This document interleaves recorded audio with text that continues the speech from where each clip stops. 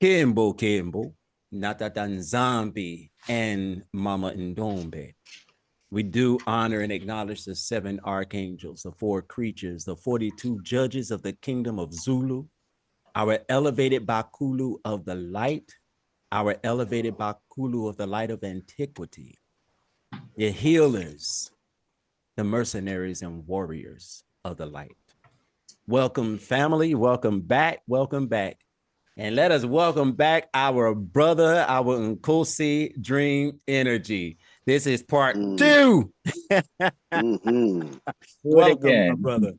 Thank you, thank you. So nice to be here. Thanks and praise. Yes, thanks Tata Nzambe for his mercies for sure. A little bit more of a background story on myself concerning how I'm here before you. I grew up in Street, Louisiana in the early 60s. I was a baby being born, and I got to experience the life of, I would say, the wisdom of us as a group of African American people in the Americas. We were tight knit back in that time period. I came up through the 70s watching all of what had transpired from my ancestors that were building something in America. I watched it all go away during the 70s. And by the 80s, we began this particular road that we're on right now, where they would be subjugated to becoming enslaved again, perhaps by this system. We'd see the continent of Africa go back into a situation where they're looking to recolonize it all over again. And, I've looked at what in us brings a discerning spirit, of what brings consciousness in us, and it's really related to the foods that we eat and the water that we're drinking. Being frequency-oriented beings, we really have to feed our bodies foods with living frequencies. And again, as the enslaved part of our family that's becoming unified again, we partook the worst of the foods available to us through this enslavement process. And so we've come beyond all of that, but we still have this enslaved mentality towards the food, towards the particular systems of religion and politics, and those things we're breaking. For me, it was a lot of injury in my family. My mother had a large family, and I watched just the dissension in the family, and I was always curious as to why simple things couldn't be said that would arrest situations from escalating, and how we poke and prod at each other. And so I started doing research. I think one of the first real records that I read was Willie Lynch's paper. I had a good friend who was in what's his name? Farrakhan. He's part of that movement. So he was sending me, like when the AIDS movement first came out, he sent me that research, and he sent me that information, that Willie Lynch letter, and I was blown away after I read that. I just went, wow. Yeah, that letter was something. The second most poignant thing I think about that same time was a book that I bought. It's titled Death by Injection. It's written by a man named Eustace Mullins.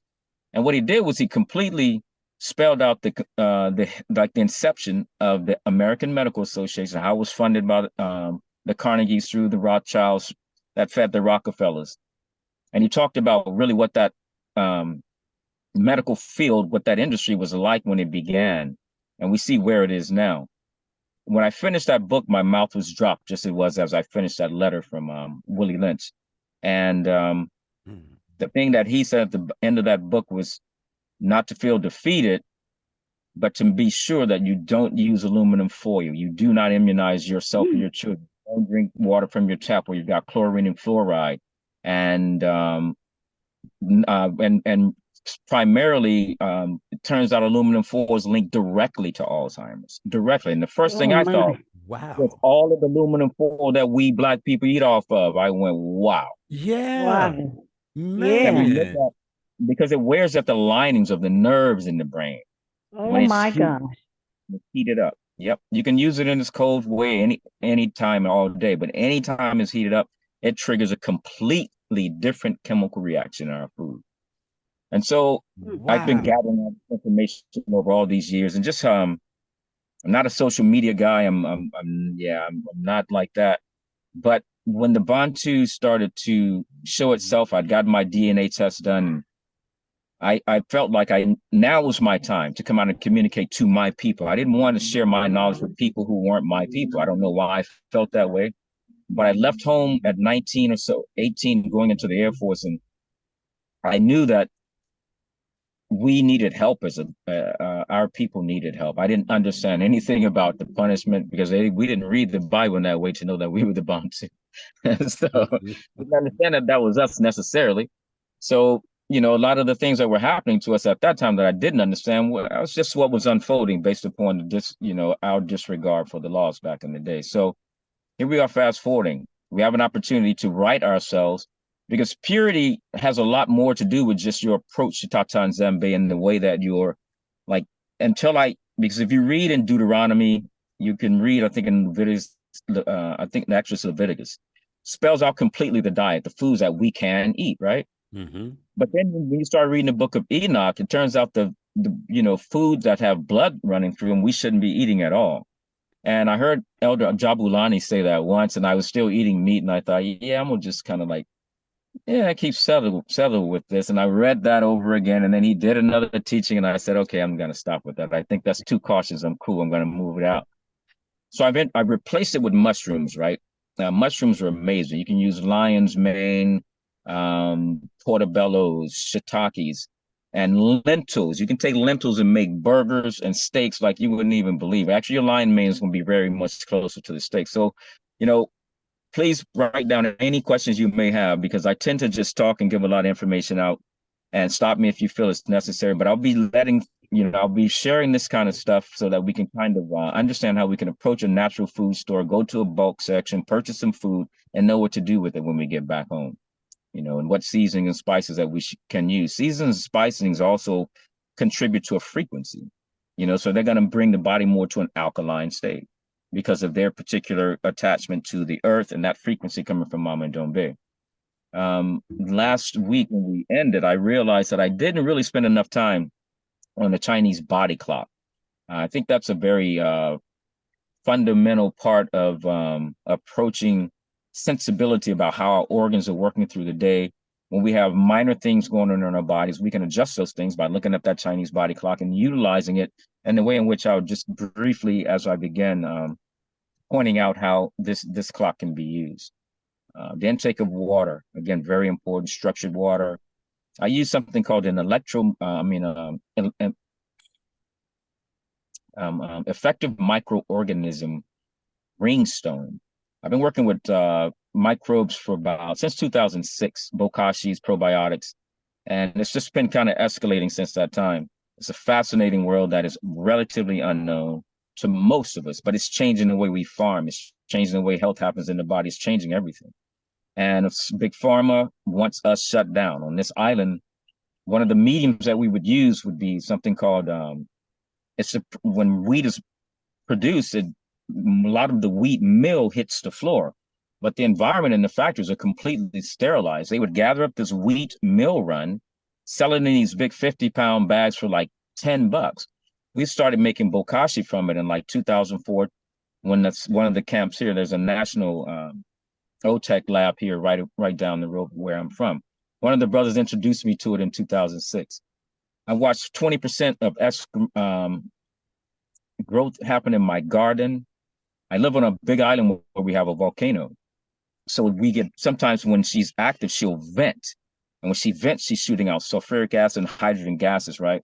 Now, that day that I was given the bokashi before I started making it, I put some on my plants. I was doing an experiment. I had no idea we were going to have a vent at 2:15 in the morning.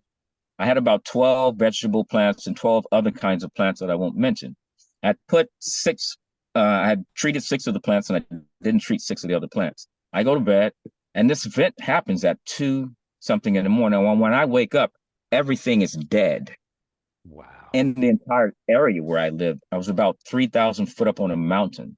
The vent happened at about 2,500 feet and it went upwards and settled in the lower areas. And every Protea farmer lost their farms, every green, all of the farmers that were growing greens for markets, they lost everything. The plants that I used, I put my bokashi on standing green and tall. And I went, okay, What we got here? What we got here? Now, I want you to write down this the name of this particular agent. It's called EM1, Effective Microorganism 1, EM1. EM1 is a product created by a man named Dr. Higa. He's a Japanese scientist. I think he passed. When he created this, this would be in the realm of probiotics. Now, this you can use internally, externally. You can use it on animals. You can use it in your garden. You can use it as an industrial cleaner. Anything that you can use. Most of our solvent type things from nature, you should be able to internally take. You should be able to treat animals. You should be able to do a multitude of things with it.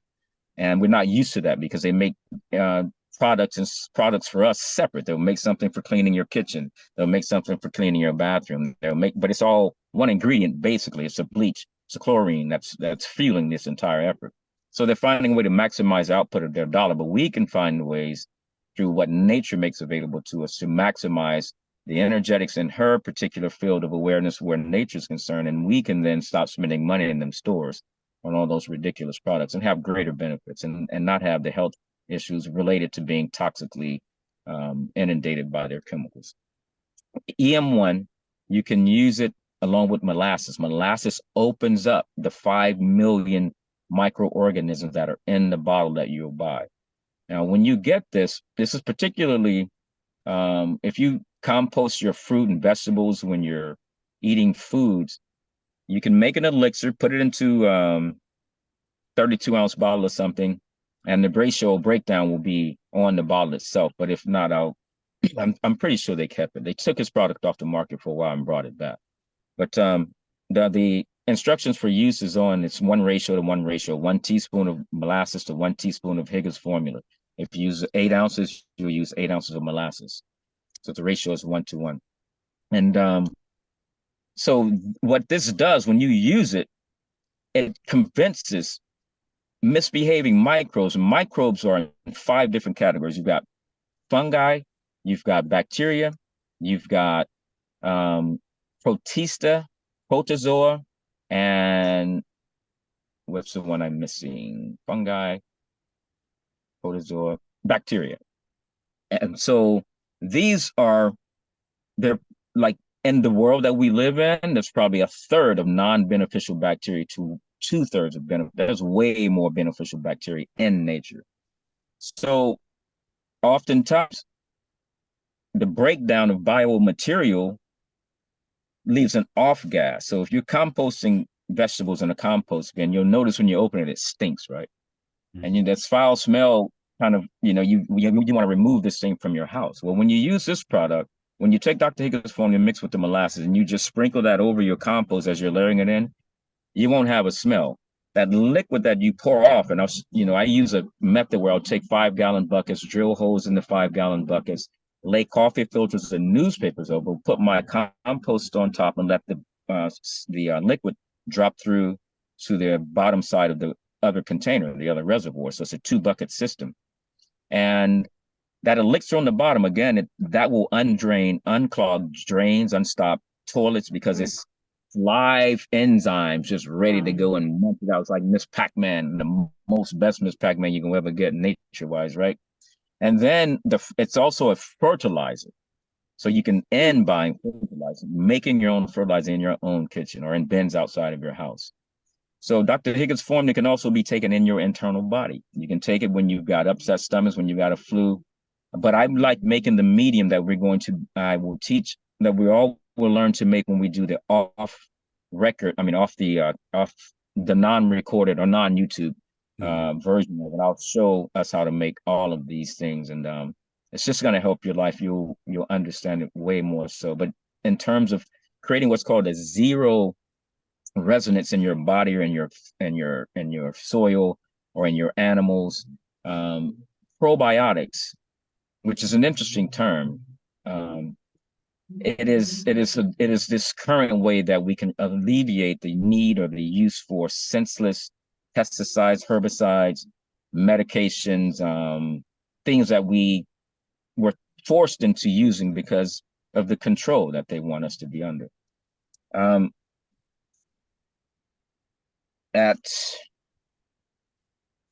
30, I began going into traditional Chinese medicine teachings and trainings, and then I escalated to homeopathy from Germany, their particular method of healing, then Ayurveda. So then I'm moving back into getting closer, because most of the places I've lived around Caucasian people, just seeking work. And, when I moved to these islands, I'm around a bunch of brown people, and they're kind of like us in Hawaii over here. They did a number on them. They colonized them. They have the Hawaiian people, dark like me, that look at me with hatred, just like white people look at me with hatred over there. Not all of them, but a good amount of them. Wow. The way how brash we are on the mainland. We get ulcer and fighting and so I began sharing. Start talking, people just listen, and then we get questions, and so I was looking for and having a way to start making this information available. So this Chinese body clock is a way to get back to it. Can you bring it up, Manzambi? Do you still have it? Talking about that The Chinese body the clock. Chinese, okay. Let me pull it up here. Does anyone have any questions about anything right now?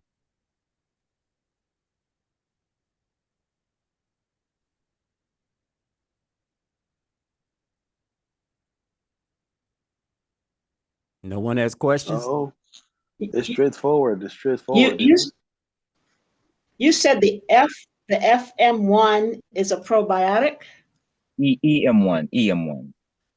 Oh, EM1 Yes. is a probiotic.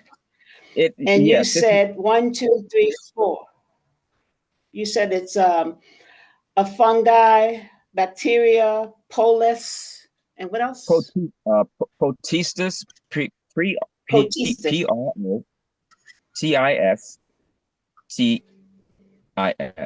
Protistus.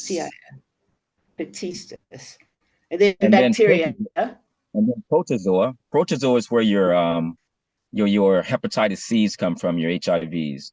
Oh, that's the one I missed. And then your bacteria, regular microbes, fungi, protistus, and protozoa. Okay. So that's all of these categories where you get your AIDS, you get your flu, strep throats. All of these are in those 5 categories. And so Dr. Higgins' formula, without his formula, actually, it'd be very hard for us to produce what we do, because when he's gathered these strains of cultures that are in that mix, are all live strains, but they're over millions of years old. Ancient lake seabeds and ancient forests has this, and it looks in the form. I don't know how much hiking or in the bush you guys have been, but I spend a lot of time in the woods, and oftentimes you can go under a tree in an area that hasn't been traversed through much and move the leaf, and you'll see this silica, this kind of like white, hairy looking stuff underneath the leaf, and that's called humus.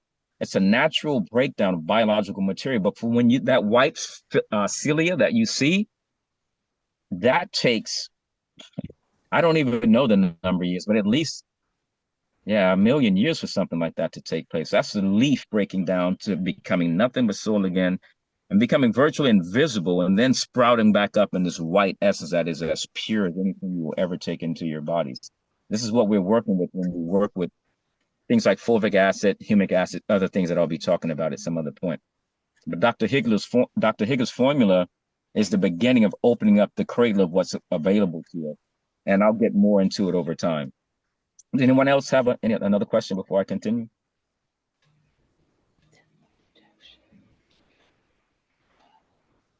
Okay, so when we look at the Chinese body clock, let's take a look at the heart, noontime. So you see it reads blood circulation, high energy, eat lunch. So between 11 and 1 p.m. is going to be the best time for your lunch to be eaten. Lunch is generally to be your protein meals for the best efficiency in our bodies. If you're going to eat meat or dense proteins, it should be when the sun is at its hottest, when your digestive fires are at their hottest, right? So that's between 11 and 1 o'clock. You've got your small intestine, which absorbs food and helps with low energy. I mean, this is where your low energy moments come in. This is a time of the day for nap. And European countries, they still have siestas. And the enslaved environment in the West, they never introduced no siesta. They used to have naps in schools for kids. All of that stuff was appropriate, but they got away from that. The more of their less than human nature that they began showing to us. When you look at the bladder, you're looking at where energy is being restored, liquid waste is released, and this is where your work and study, the best times for study is going to be between these hours. And although people are working through the day, you can see this is when your body is going to be energized mostly through the day for what work you have to do.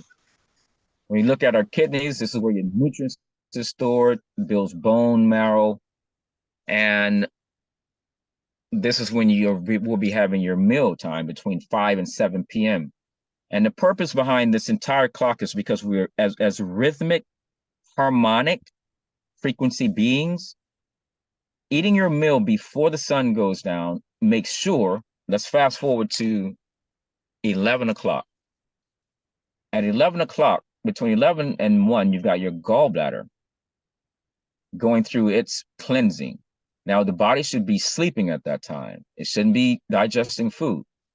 Food digestion takes complex carbohydrates take about 4 hours to digest. Simple carbohydrates, 45 minutes to an hour. Proteins, generally about 4 hours, about the same as complex carbohydrates. So if you're eating a meal at 8 o'clock and 9 o'clock, when your gallbladder needs to be cleansing, it's not. When the liver needs to be going through its cleanse, it's not, because food is still being processed. This is what contributes to aging. This is what contributes to being overweight. This is what contributes to some of us, like myself, who have intense natures, that if we contribute to keeping the nature in balance, then the intensity spills out in your daytime with people. So I've learned to regulate my body and therefore regulate my personality, this anger that I was born with, by adjusting the way that I allow my body to replenish itself. Let's go back to, okay, so the kidneys, so storing nutrients, builds bone, this is separate time. The pericardium, which also, and it protects the lungs. This is where your light reading, sexual activity, self-love is going to be happening. Because shortly after 9 o'clock, you actually want to be turning in. Between 9 and 10 o'clock, you want to be letting your body, in an ideal situation, getting into its sleep phase, because your endocrine system, which the endocrine system is an unknown thing in the Western world. They don't give it much knowledge, which is a reason why I don't trust their system so much. So when they do these invasive surgeries and they cut right through the skin, underneath the layer of the skin, the first protection for your cells, for our bloodline, is called the endocrine system. It's an invisible, they call it, in traditional Chinese medicine, it's called invisible pathways. Just clear fluids run through this transparent tubing that goes throughout our entire bodies. So when that is separated or severed, it has to be mended again, but it creates a disturbance in our field. So the endocrine metabolic system balancing and getting sleepy, preparing for that. By 11 o'clock, we're in that phase. We're sleeping now. Now we're getting the complete rest in the gallbladder. Liver's getting its complete rest. The lungs are, the large intestines. I used to always wake up between 1 and 3 when I was seeing my traditional acupuncturist in California. And I saw him for about a 3 or 4 year period. I used to always go and he'd be like, "You got your liver too damp, your gallbladder too." I always had damp, wet, and cool conditions. These are the results of eating meats, foods, smoking, and drinking alcohol. They keep the gallbladder too cool, too damp. And I was doing those things back then. And so he made me take his course, and which was, I'm glad he did. He just said he was tired of diagnosing me. He wanted me to learn how to diagnose myself and treat myself. And so I took his course, and I'm grateful that he asked me to do so. Sleep at midnight, we're looking at, between 11 and 1, we're looking at our rest, cellular repair, we're building our blood cells. So if we're up during these times of the night, we're not allowing our bodies to actually get the proper rest that it needs and recover the way we need to. Between 1 and 3 a.m., there's deep sleep. We're detoxing our blood, rest and recovery. And this is a good time because sometimes people do wake up in these times. And if you do, it's quiet at night. And this is when I used to write my best during these times of night. So this is a great time for being creative as well. Between 3 and 5 a.m. is deep sleep. Should be in a deep sleep realm, dreams, memory, and the detoxification of lungs happens during that time. Between 5 and 7, large intestine is being active. This is going to be the best time to prepare yourself waking up, get the meditation in, connect with Tatanzambe, Mama Ndombe, do some body movement, release the bowels, and prepare yourself for your breakfast and your morning exercise, which happens between 7 a.m. and 9 a.m. Spleen is doing its particular activity of cleansing between 9 a.m. and 11 a.m., where our thoughts, clear thinking. So this is a time of the day they had most of us in their businesses, in their offices, doing work for them instead of ourselves, where our clear thinking was going to benefit them more than the lifestyles, our families that needed that clear thinking. So this clock can be used.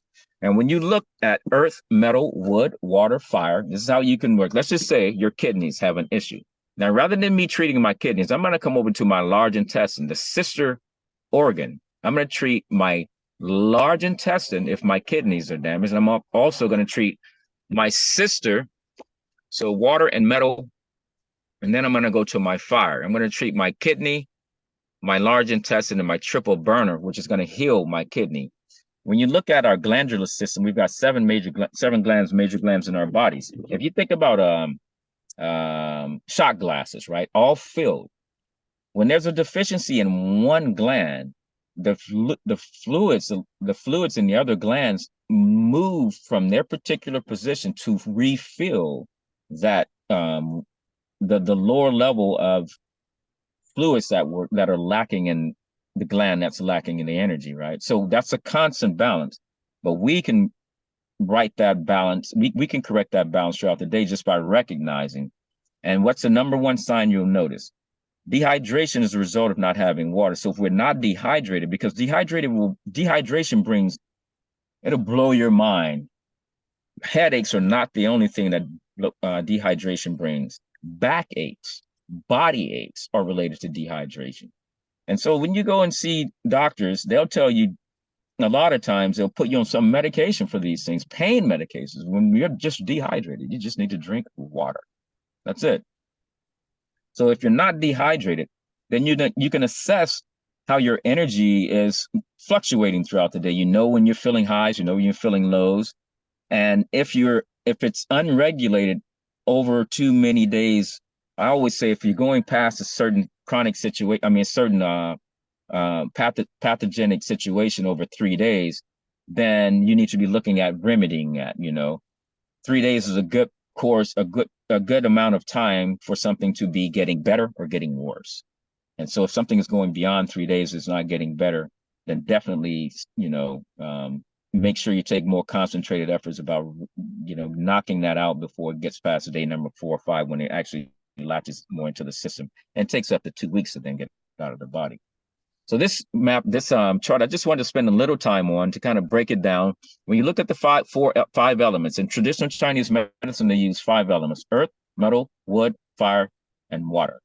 And these are essential. I don't know, I may spend some more time on this because there's some other ways to use this for diagnosing other people too, and that are sitting in front of you. But without making it more complicated, I think I'll probably end this particular one here. And I'd like to probably move on if you don't have any more questions. I just kind of want to briefly give thanks and acknowledge our brother Renoko Rashidi again in this particular talk. I mentioned him. I don't know how many of you are familiar with his work. How many of you are familiar with our brother who passed last year? I'm not familiar. So Since you have the main, if you look him up, he did a remarkable thing. He traveled around the world, talked to all the women in these countries, the women specifically. He wrote their stories down. Can you give me his name again? And Ronoko, Ronoko, Rishidi.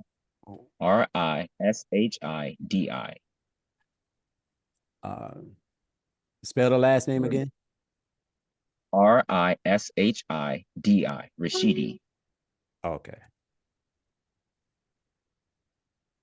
All right.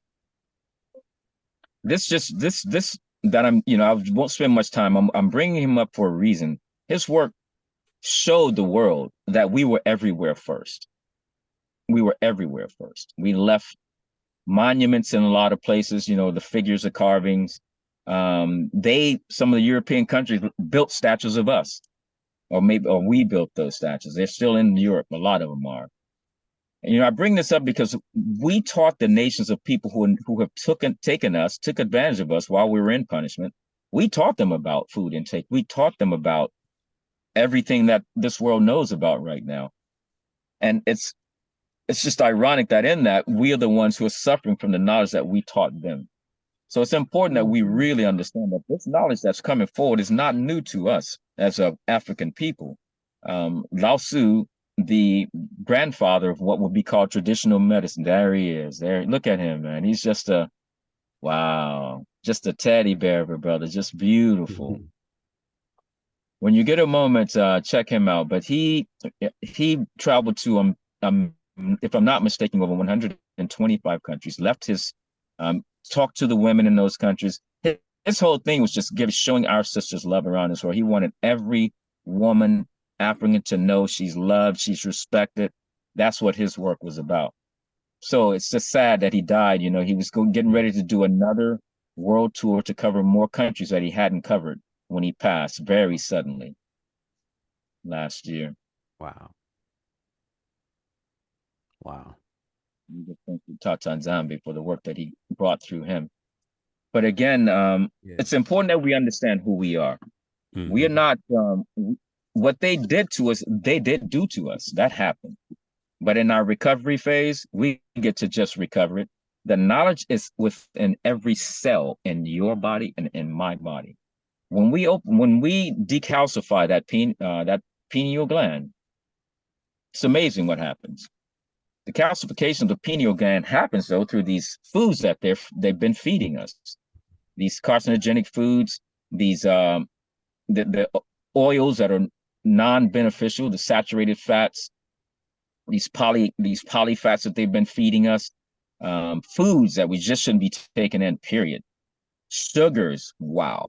I mean, sugar is there is no worse food group in the world to the body than sugar. It is number one. Nothing else is worse. No pesticides or herbicides are worse than sugar.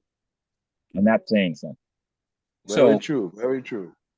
Having said that, the knowledge is within ourselves. When we decalcify a pineal gland, you'll just watch the knowledge happen from within you. That's what will happen to you. So that, and how one technique that we can use is using apple cider vinegar ratio, 1 tablespoon of apple cider vinegar to 1 tablespoon of honey, and not hot water, but warm water twice a day. In the beginning parts of your day, I do mine on an empty stomach, ideally. Most things, if you're doing it for remedy or for constitutional balance, it's always good to take those things on an empty stomach so that the system can take it in and allocate it exactly to where it needs to go through without any other things in the system interfering with that process. So it would be 1 tablespoon of apple cider vinegar, 1 teaspoon of honey. And, they make honey now, certain farms, beef farms mostly, but some stores are starting to sell a particular kind of a honey that's called pollen aided. And it's dark. It's not the clear honey. It's like really dark. If you can get that honey, get that honey. That honey has over 200 vitamins in it. Over 200 vitamins. Wow. So what they do is they actually African honey? African honey is amazing too. African honey. Yes. but ideally you want to be able to get in your honey. You want to get your vegetables, your honey, your protein, your fruits within a 500-mile radius of where you live. And so if your honey is coming from Africa and you live in Africa, fine. But if you're getting African honey and you live in the States, it's not a bad thing, but you're not immuning yourself to your different agents in your environment, the pollens. Yeah. So that's what really eating in that way, that's what came through macrobiotics. That's what they taught, was eating within that 500-mile radius of where bees pollinate plants. Bees generally pollinate in the 500-mile radius. Yeah, that's what I was gonna say. Is from the bees that are within your vicinity. So, and that's your health. I mean, talk about your pharmacy. If you're eating foods that are within your 500-mile radius that aren't pesticide ridden, aren't herbicide ridden, and eating meats. Oh, this is a caution where meats are concerned. The hay, if you're eating grass-fed meats, then you're poisoning yourself. Even though the cows are organic, because the hay, they're putting a certain chemical in their hay that is making people sick in the meat. wow. The chemical that they're using, they feed the cows with, man. Yeah, this thing has gotten way out of control. So we can, though, frequency beings, again, frequency trumps anything else. So Dr. Emoto Masura, who did all of his research work on water, right? You got to watch some of these videos if you haven't. This man would write ugly on water, take that water to electron microscope, look at the molecule of the water, and you just see this frayed aspect of the molecule of the water just all distorted. Say, I love you to water. Put that molecule of water through and just look at the beautiful molecule of water. We can change things with our very tone. So when we're eating food, now we call it a blessing, but we really need to, I don't know whose word blessing is. I think there's a word that we have that's called iboken or something like that, ibuken, right? That means to be increased or something like that. I kind of prefer that. But it's the idea of using frequency to change the outcome of what you're going to put into your body, to change the outcome of what water you're going to take into your system. And it's got nothing to do with the belief. It's just knowing that when I speak to this particular essence, this particular food, my frequency will convert that frequency, because we are gods after all, right? Right. Yeah. So the density of religion is the density. Religion taught us this faith and this belief. If we're utilizing faith or belief, then we're missing the mark, and we won't have the outcome that we're looking for, and we will constantly be wondering why it's hard for us to know anything, as we're constantly trying to believe and to have faith in something. So we can convert micro molecules in water by speaking to it. We can convert molecules in food by speaking to it. Yeah. So you can bring that essence to the food that isn't there, because in essence, we are that being that can put that essence into that food. That's important. But I still choose organic foods because, again, pesticides and herbicides have a particular resonating frequency. If I'm not using something like a zero energy process in my diet, then those pesticides, those herbicides, that frequency is going to be affecting my frequency. It is interesting how you were talking about the experiment that the man was doing with the water, how he was speaking to it. And you mentioned about how the church teaches us to say grace over your food, Yes. So we should take that same example that man did and speak over our food. All right. Not saying grace. Now, there's nothing wrong, and I do this, in giving thanks to Tata Nzambi and to Mama Ndombe. Because when you give thanks to Mama Ndombe, she being who she is, which is Mother Earth, the land, this is where all our food come from, everything we consume, right? Yes. So it comes from her.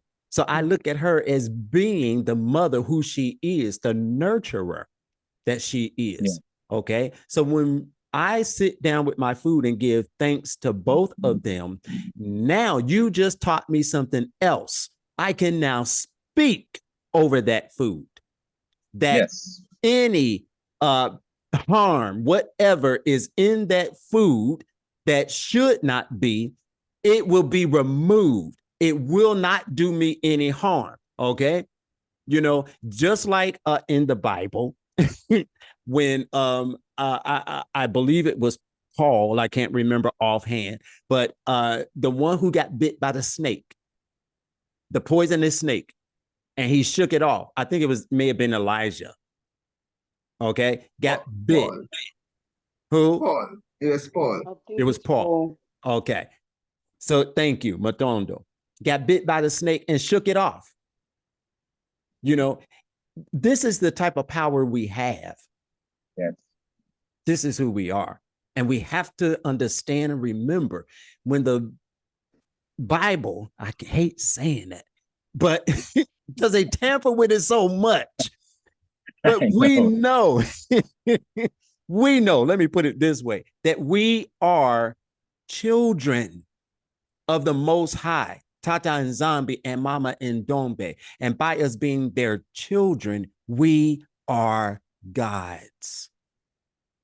So we have to return to who we are and start speaking, decreeing, and declaring, not praying, because praying is begging. We don't beg. And we don't have to believe. We don't have to have no faith. Exactly. Yeah. Yeah. So now the process that you would be taking your food, your water through would be called conversion. Be transitioning. You'd be transforming that particular status to another status. Yeah. And that's something that we can do. Energy. The same scientist, he didn't only do it on water. Actually, he did it on plants. He did it on with rocks, and what he was trying to convey to the people is that everything around you has a frequency. Everything holds a frequency. You know, yes. And that the water has a higher state of frequency than most elements, from what I gathered. But if you can think about it, you know, in our spirituality, we always use water. You know, water is a purifier, you know, and then I believe it holds a higher frequency, you know. And it has a great resonating frequency. Absolutely. Yeah.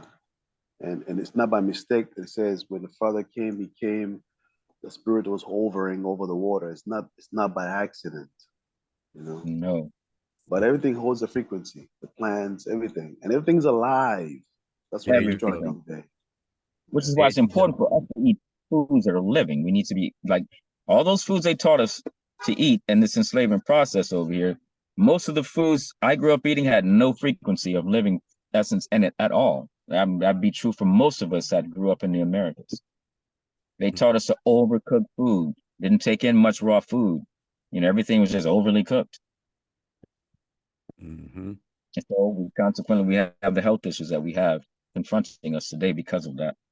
But that doesn't have to continue. Let's see. Now, I have to write my list down of the things that I know I didn't complete the last time I started speaking on, and I had interference with my connection. So I just wanted to make sure I cleared those things up. Now, I think when I cut off and then came back on, I was actually talking about water. I was talking about, so what were we talking about that though? Speaking to, I just did that. I completed that. Composting, we covered that one. Spleen. So last week I made a statement that the gallbladder released insulin. That's incorrect. The gallbladder has bile. Insulin is released by the spleen. So I just wanted to clarify that. Fruits. Let's talk about seeds and fruits. I love me some dang on grapes. And I go to these stores and they ain't got nothing but seedless grapes in these stores. Seedless. What's going on with that, man? You cannot eat that food. You know that. Do not eat anything that does not have a seed. I will not buy anything that doesn't have a seed. I will not buy it. If it doesn't have a seed, don't buy it. It is not like, that's just inconceivable. Seeds are vitally important. There's a 3-stage process seeds go through. If what we're consuming doesn't go through that process, then we're not going through that process. There's a germination process for a seed. There's that process when it's in its growth cycle, and then there's that harvesting phase. If we're not eating foods that have that resonance in it, then we are literally taking that resonance out of our bodies. We're reprogramming our DNA to not look forward to a germination process, not to look forward to a process of growth, and not to look for a process of harvesting. We're killing that with the signaling of these GMO modified foods that we have us eating. So I definitely want to, because every time I go in and I look at grapes and I go, I can't buy the grape. They're making watermelons without seeds. They're making a lot of foods without seeds, and it's unnatural. It's not natural. Water intake ratio, sodium power generators. Yeah. Now, these are some foods. Brenda, I'm sorry. Brenda just said the Bible said seed bearing fruits. Yep. Yeah, that's what we're supposed to be consuming. You're right. That's very important. And interesting because I'm certain that people weren't taking seeds out of fruit back in that day. So this was seen to be coming. That was a prophecy, I would say. That they understood that particular Reich would go ahead on and start messing with our food group like that. Does anyone have any questions? I'm going to say something about the seed.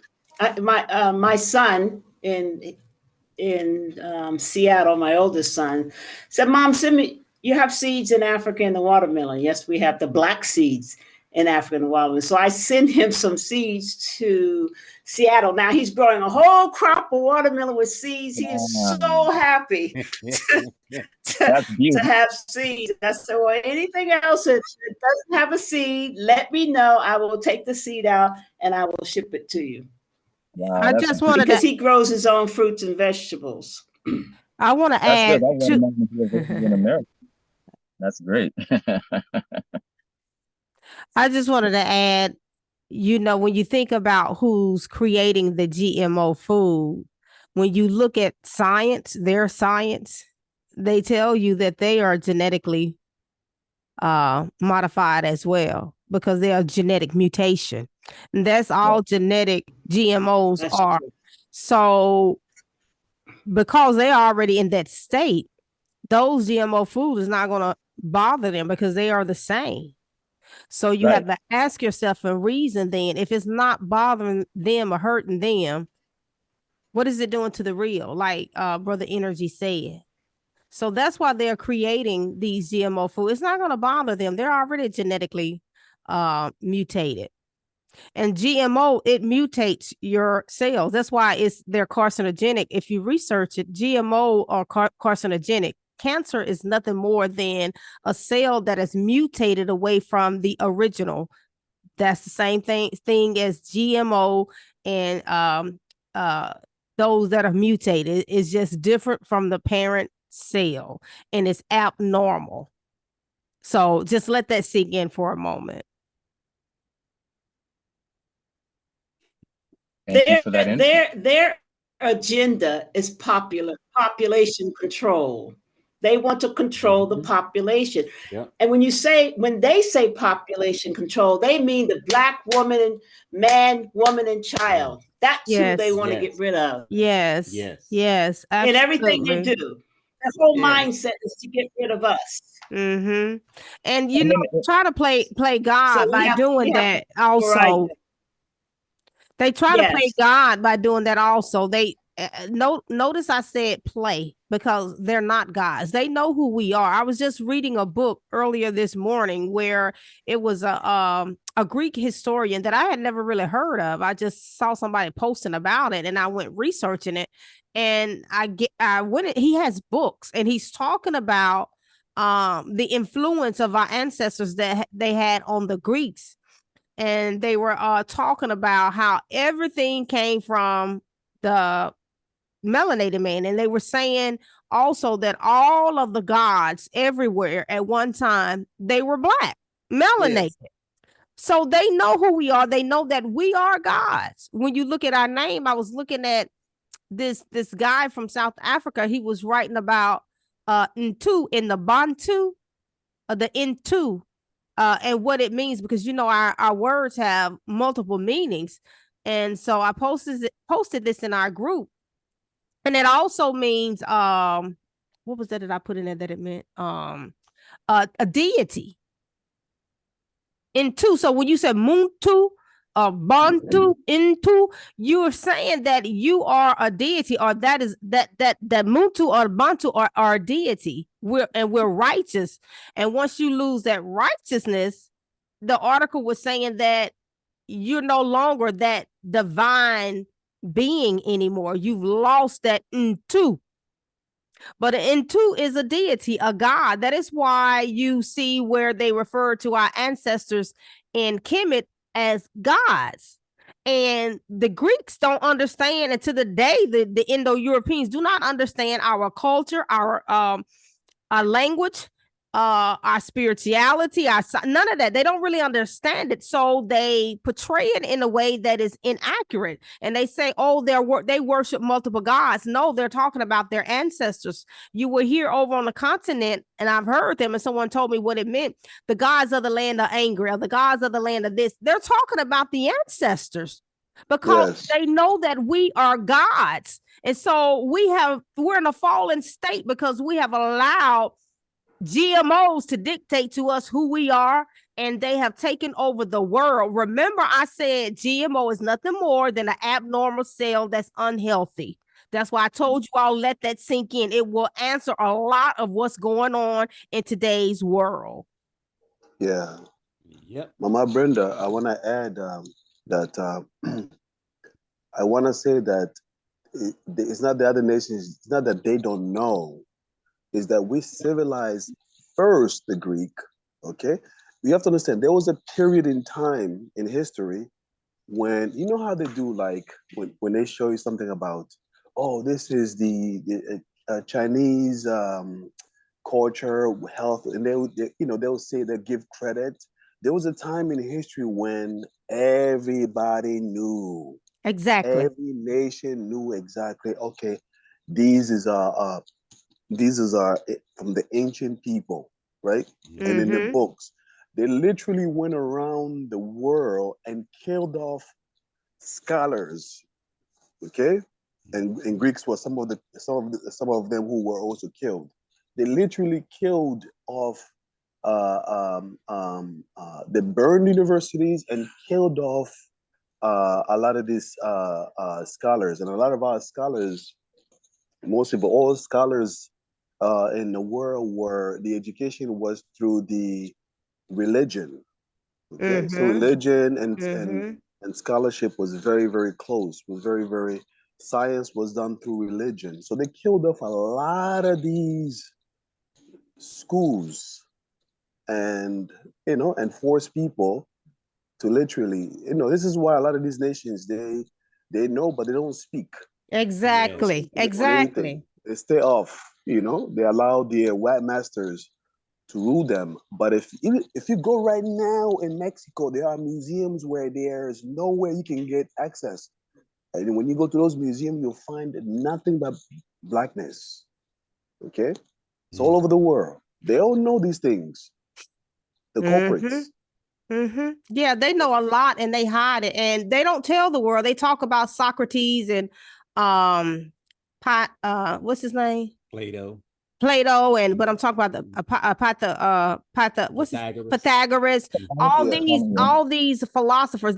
But they don't say is that when Socrates came from Kemet and went back to Greece and was teaching his people what he learned from our ancestors, they found it very odd and different, and they imprisoned the guy. He died. They put him on an island. Yes. But they won't tell people this, but yet they glorify him today, but they don't tell the truth behind what they did. But this guy, he was deemed insane with what he was coming back teaching. And even in the book that I was reading, I can't remember the guy's name that wrote that book now.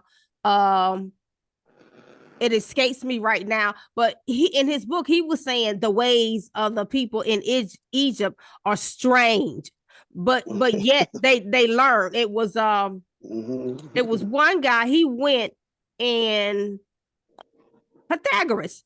He went, they Yeah. said, I heard it was this guy doing a teaching on him. He left Greece at the age of 19 and he went to Kemet because everybody went down. That was the learning center of the time. That's right. He went down to Kemet at the age of 19 and learned at the feet of our ancestors. He came back to Greece he was 50 some years old. And then they want to say that, oh, he founded the music notes, or he's geometry, but they don't tell. No, he didn't find anything. He found nothing. He learned them from my ancestors. And this guy that I'm talking about in that book, he indicates that those old scholars, they say that they say Egyptian, but our ancestors in Kemet, he said in the book, they were the one that knew about astronomy, math, science, music, and they learned from them. But see, they've changed the narrative up as they're doing today, trying to change the narrative up over here in America with the history of slavery and what they've done to us as a people. They're working on changing up that narrative again. So those people back then, they gave tribute to our ancestors and say they learned from them that our people were wise. But now that narrative has been changed, and the world think that it came from all these Greek scholars when they didn't know nothing. Nothing. Yes. You know, still don't know nothing today. A lot. They went to a lot to replace us. They really went to a lot to replace the Black man and his scholar. Even they didn't take out in the Bible. It was funny to me how this white boy was supposed to go to Egypt and learn from the Egyptians when it really wasn't a white boy. It was an African man, Basseh Congo, that went to Egypt, because Egypt was the place of universities and learnings and scholars. And I used to tell my children, all math, all science, all astrology comes from the Black man. Everything that everyone knows on this earth comes from the Black man, because if we were the first people on the earth and we roamed the earth for thousands of years, that means everyone else had to learn from us. Thank you. And everything came from us. See, people don't think. They don't think about that. Came from us. Everything came from us. They said that these mutated beings came around some said 10,000 years ago. 6 to 10,000. Do you all know how long we melanated people been on this earth? From the beginning. On this earth? From the beginning. Thousands and thousands and thousands of years.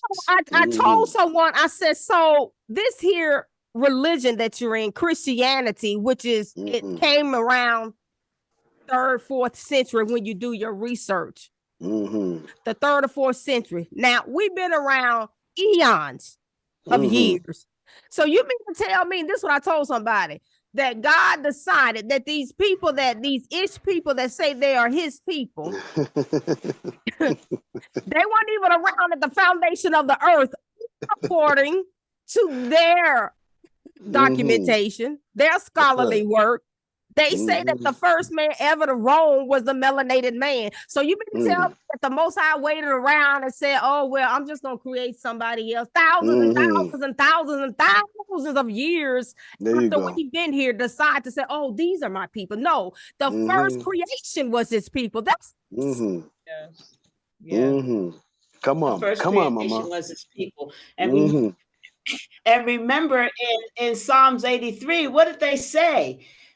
Come, let us cut them off from being a nation. That the name of Yisolele will be no more in remembrance. And they have done a good job of it with their evil, diabolical, wicked selves. They have. So we thank our parents. Come on, Lombe and Baba Mungu for waking us up. Yes. Waking us back up into our midst. Now the nation of Yisolele is rising again. Yes. With an attitude, with a chip on our shoulder. Yes. Hallelujah. All praises to the Most High. we will take back what they stole from us. Oh, yes. We will take it back. We will take it back. It's happening. It's already started. It's happening. It's happening all over the world. We're saying no more. Yes. And we taking back our diet. Aren't we, Nkosi? Yes. So that we can eat correctly. You know, that gives us strength when we're in the right frequency, eating the right food, drinking the right amount. You know, I have this, you're going to laugh, but I have this, I printed it up. But you're the first one that went through it with me. This map. I looked at it, but no one explained it to me like you did. That's our people's map. They were called Chinese, but that was our people's map. Yes. Yep. I love it. You know, this is something that we need to be looking at, you know, and following, you know, and I love the way that he explained that and broke it down. So definitely. She said she had to go and check on the boys. So, you know, write these two other food groups down. Now, the nitric oxide, and just like the other four I gave last week, you're just going to go into these categories, look at these foods, and bring your knowledge up on them. So when we're communicating with our people, you'll be able to share the same knowledge I'm sharing with you. So nitric oxide foods.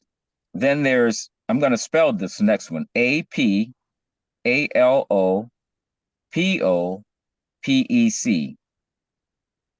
Apalopopeic foods. Apalopopeic? Yep, popeic foods, yep. Oh, okay. Look up those foods. And you know, it's interesting what the Mzungus did. I love our great sister, Dr. Marimba Ani's work. I'm not certain how many of you have taken time to go through her work, but in her research, she shows how the ideology, like the way of being for the European is like not at all like that of us African people, how they tend to dissect, they tend to take things apart and give these things certain. So, you know, for us, we eat whole foods. We know whole foods heal. They've come and they've broken everything down to a vitamin C, a vitamin B, a vitamin. And I'll tell you something about that. By them doing that, it's a curious story. When I was going through my traditional Chinese medicine training, I'll get back to this story. The Chinese healers had let the American scientists, this is like back in the 60s, I think, had let them come into their laboratories through the daytime to let them just watch what was happening, how they use ginkgo biloba, how they use the various different herbs that the Chinese use, right? A janitor made a call to one of the head doctors one night because there's lights on in the laboratory. And in Japan, I mean, in China, like when the workday ends back during that time, no one's in the building but the janitors. Janitor calls the head of the labs, telling someone there's a light on. He hadn't gone in to see who it was, see what was going on. Well, the doctors came in, the scientists came in, one of the official guys, they opened the door and they found the American scientists and their laboratories taking their products through a breakdown of what synthesis was about that particular group. These guys were trying to break down and find out what was in the ginkgo biloba, what's in the gouda cola. They were trying to, and right there in the Chinese officials, so the Chinese kicked America out of China for over 40 years for that. So I say that to say, they have a way of breaking down things so that I think it confuses people more. When I was getting certified as a nutritionist, one of the researches that came through was, and one of our teachings was supplements and vitamins, mineral and supplement vitamins were starting to show up in the body system as to be tumorous and cancerous. Because our DNA is asking, where is that whole food group? What do you mean you're putting a vitamin C in me? The only two vitamins are recommended for our bodies to take is vitamin D and fish oil. That is it. No vitamin E, no vitamin C, no other vitamins. If you're not getting your nutrition through your food, that's what you got to improve. But supplements don't work for us. Now, back in the early 70s, I don't know how many, maybe mid 70s. You remember when New York City was on a garbage strike, and I think then they had a flood or something like that. Yeah, You remember when they gave this one report where after they went into the sewers to clean or something, they found a bunch of undigested vitamins, like just a bunch of it. It was mind blowing. They found all these It vitamins never broke down. that people, never broke down in people's bodies. It doesn't break down, and at best you're going to see a urine go more orange or something like that, more yellow. But that's it. Frequency wise, you don't get anything from them. So don't supplement. You have to get your vitamin and your nutrition through your foods. So them breaking down and having us go towards buying vitamin C's and vitamin A is completely antagonistic to what's natural for us. That is not our way. So I don't necessarily like the idea. It's not that something I don't mind doing, but I don't break down food by categories like that. A food is a whole thing. And that whole food is going to give you a whole nutrition. That's what we call whole foods, whole food. We're not taking foods apart and taking aspects of foods and taking that aspect of the food. So let's just talk about curcumin, right? Curcumin is a chemical that they found that's in turmeric, right? And so curcumin is an anti-cancerous property. Well, why would I go to the store and buy curcumin that's been separated from turmeric that now is in a package that has binders, excipients, and fillers in it, so it has a shelf life? So you can take your own curcumin, mix your equal amount of black pepper. This is how you activate curcumin and turmeric. You have to mix black pepper with the turmeric in order to activate the curcumin, and you've got an anti-cancerous agent right there. But they don't tell us. They separate things. They have us going to their stores, looking at these products and spending lots of money on this, and you will never find wellness there. That's why people who are following these health regimes generally die horribly. Wow. My elder, I have a question. You had you're very, very right about the curcumin, and yes, these people, they love control. This is their nature. You know, you're dealing with people who are very susceptible to their environment, so they're gonna have to do everything for survival. You know, we have to understand their psychology. They're not just doing just to be doing. They're doing because they know they are the minority of the world. To some extent, Yep. but when you take Dr. Marimba's work, when you look at Dr. Marimba's work on Dr. Marimba Ani, they actually are under a completely different perception. They think they're better. They think they exactly. Exactly. Their founding fathers understood where we were. This latter part of the generation of people. No, they think everything is beneath them. They think they have the right. And dig this now. There is a particular terminology in these old imperialistic societies that's called right of kings.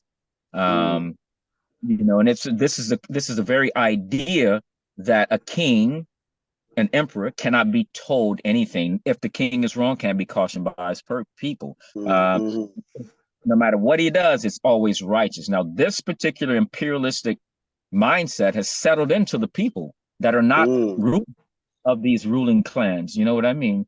So in this day and time, these people actually think that, I mean, look at them. They treat us as if they have a right to. Wow. If you haven't checked out Dr. Marimba's work, I would, she's got some really nice videos on YouTube, and take notes. It's informative. And in the book that I'm actually having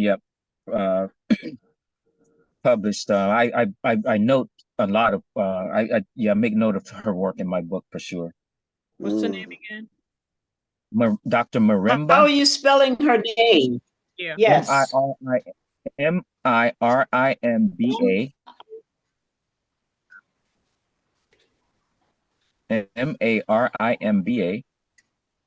Ani. Ani. Dr. Marimba Ani. She did this work in the 1970s. You know, I was blown away that we never heard of her. This work was done in like 1976. So long ago. Yeah. We all contribute to this knowledge. What's the last letters that came after the BA? You said an N? And spelling her Ani. name? Yes. Her last name is Ani, A-N-I. A-N-I. N-I.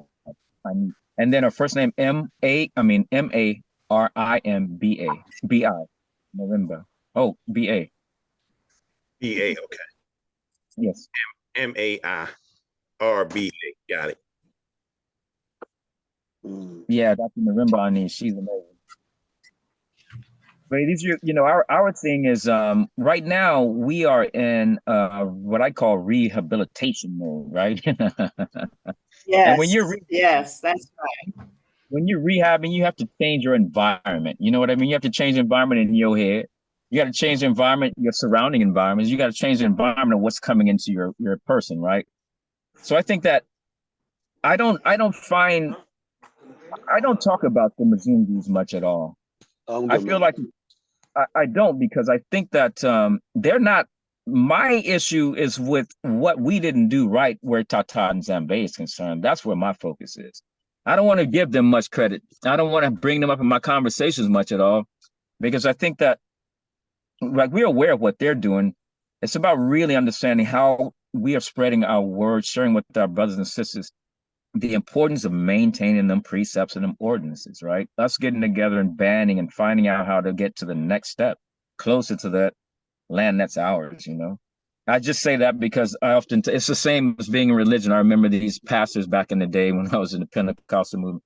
They mentioned Satan more than they ever did the God that we were supposed to be serving. That Satan and the devil came up way more so. And I remember asking my pastor, I said, how come we talk about this character more than we do God? It seems like we're glorifying this being more than we're glorifying, the God that we're supposed to. So true. So true. I used to say the same thing. So true.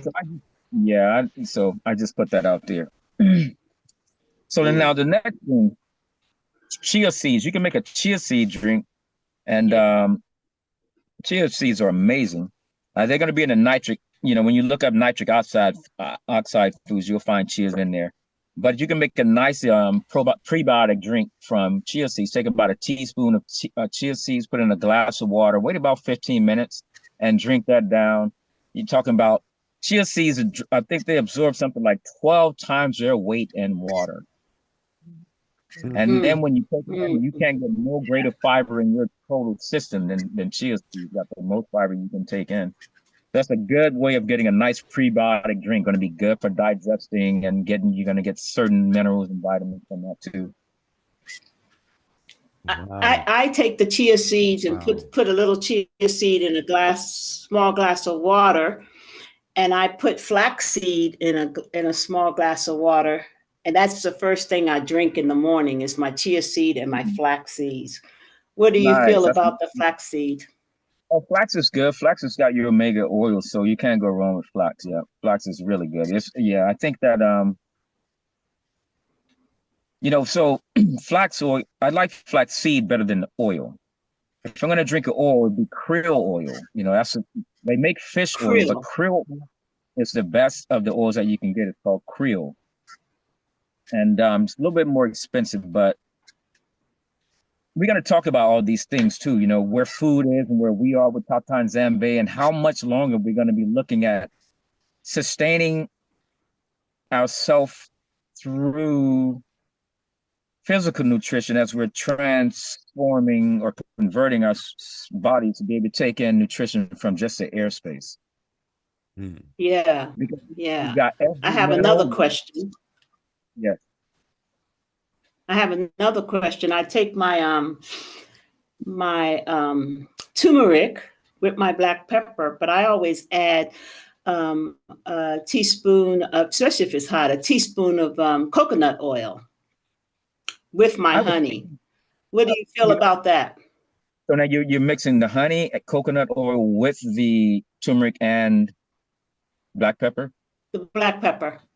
So I would keep the turmeric and black pepper separate from the honey and oil mix. Okay. Yeah, I would keep that separate. Okay. And you know how I use mine? So every time I make rice, what's in my rice, that turmeric and that black pepper. Every pot of any quinoa, any any carbohydrate I make like that, it's in my food. That way, it's in my food. Yes. I'm eating it every day in my food. Okay. Yeah. Okay. You have to be now, honey. And I also drink turmeric and milk at night. What do you think about turmeric and milk at night? Turmeric, black pepper, and milk at night. Warm milk. What type of milk? Is it cow's milk or goat's milk or sheep milk? It's goat's Almond milk. milk It's goat's milk, and I've just found a camel milk the other day. I was hesitant to buy it. I showed Silverback, look, I see camel milk on the shelf, and he said it's probably good, Mama. You should try it. I don't know. Stick to the goat milk. The reason I ask is because there are only two animals out there that produce enzymes and hormones like our mothers that are in the animal kingdom. That's goats and sheep. So if you're drinking the goat's milk, you're on it. It's biblical. They drank goat milk back in the biblical times. So that's why I had a tester with my granddaughter. I think she was about 8 years old. She's 24 now. So I poured a glass of regular milk and a glass of goat milk. So tell me which one you like the most. And we both liked the goat milk. So that's when I switched. Yep. So it was richer. It was rich. It tastes like milk, but it was rich.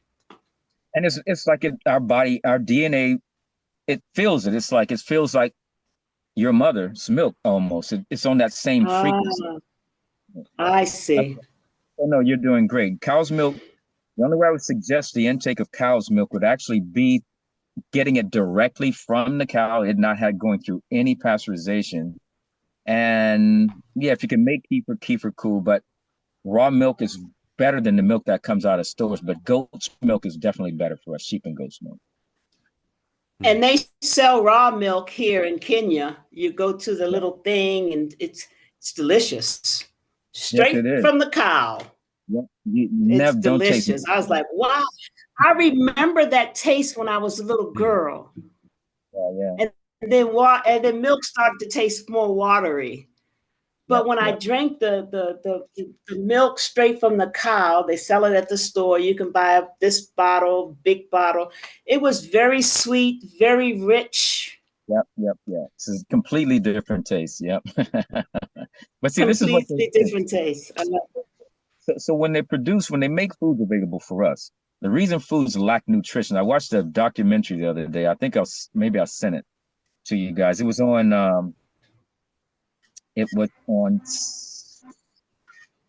seeds, tomato seeds. I sent it to the main group, I think.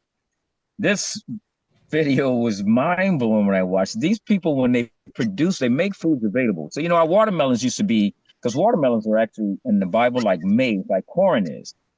But the corn was different than the corn that they're making available to us. So watermelons is not the same watermelon of our ancestors. Watermelons. Right. Mm-hmm. They get involved. They want to make bigger product available, and they want it to look nice. Mm-hmm. But we lose nutrients when they do that. Most of those foods that they're making available on a mass scale like that are nutrient deficient foods. They don't have the nutrition that food should have in it. And that's why I really suggest that people go to your local farmers markets in your area. Go to your farm. If you've got a farm, go there. Go to that chicken farm. Go there. Find it. People are going to love you showing up too, for real, because they do that hard work and they want more people to know what they're doing. But get your foods, get out of those stores as soon as you can. Stop shopping in stores as soon as you can. Get to the point where you're just getting nothing but bulk foods and maybe your soaps. You can start making your soaps here real soon too. That's not much you need to get from stores, actually. I saw a documentary like that too. That it was saying that back in the 60s, the store management factors they thought that the American housewife wanted to have pretty food on the shelves. So that's why they took the mother out of apple cider vinegar and just made it clear. So many things they changed at the grocery store, trying to make the food attractive to what they said, the modern housewife. And let's be true. Let's just be real. That was a white. They've been manipulating it a long time. Exactly. Exactly. Nkosi Dream, Yeah. I want to back way up a little bit Okay. because you said something that messed me up. Uh-oh. Vitamins. Vitamins. Yes, yeah, same Look, here. All right. I Let me have am it. Let me have it.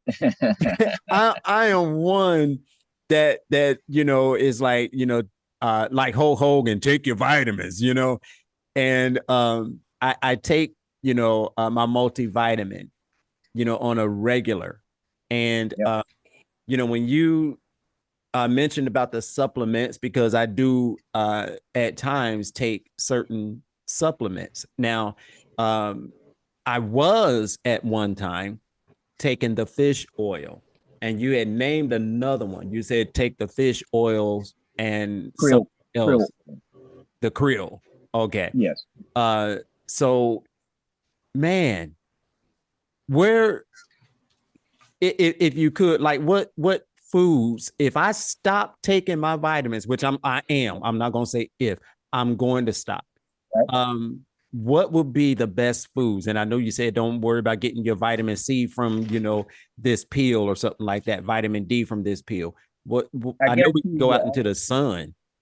you're already eating the foods. If you're eating apples, oranges, kales, you're getting all your vitamins, you're getting all your minerals. If you're eating nuts and Wow. seeds, you're getting it already. You know what I mean? Mm-hmm. So again, it's important to understand what they introduced to us, these genetically modified people, right? Yes. Um, they when you take a particular component, let's say I take a strand of hair from your body and I want to make a wig though. I'm gonna go take strands of hairs, one strand of hair from every person's body. And then I'm gonna make a wig, and I expect for that wig to look concerted, right? I expect for that wig to have a consistent appeal, right? It's just Mm-hmm. not possible. It's not gonna happen. The strands are from individual people. When you pull one individual component out of a fruit, out of a vegetable, to put it in a capsule form and market it, you have disturbed the entire fabric. And now that fabric, now you're sending in this foreign agent, because this is what the science said. We were taught that the scientists said the DNA is asking, where is that food? Why is this single component coming into the body? Where's the rest of what Wow. should be with that vitamin?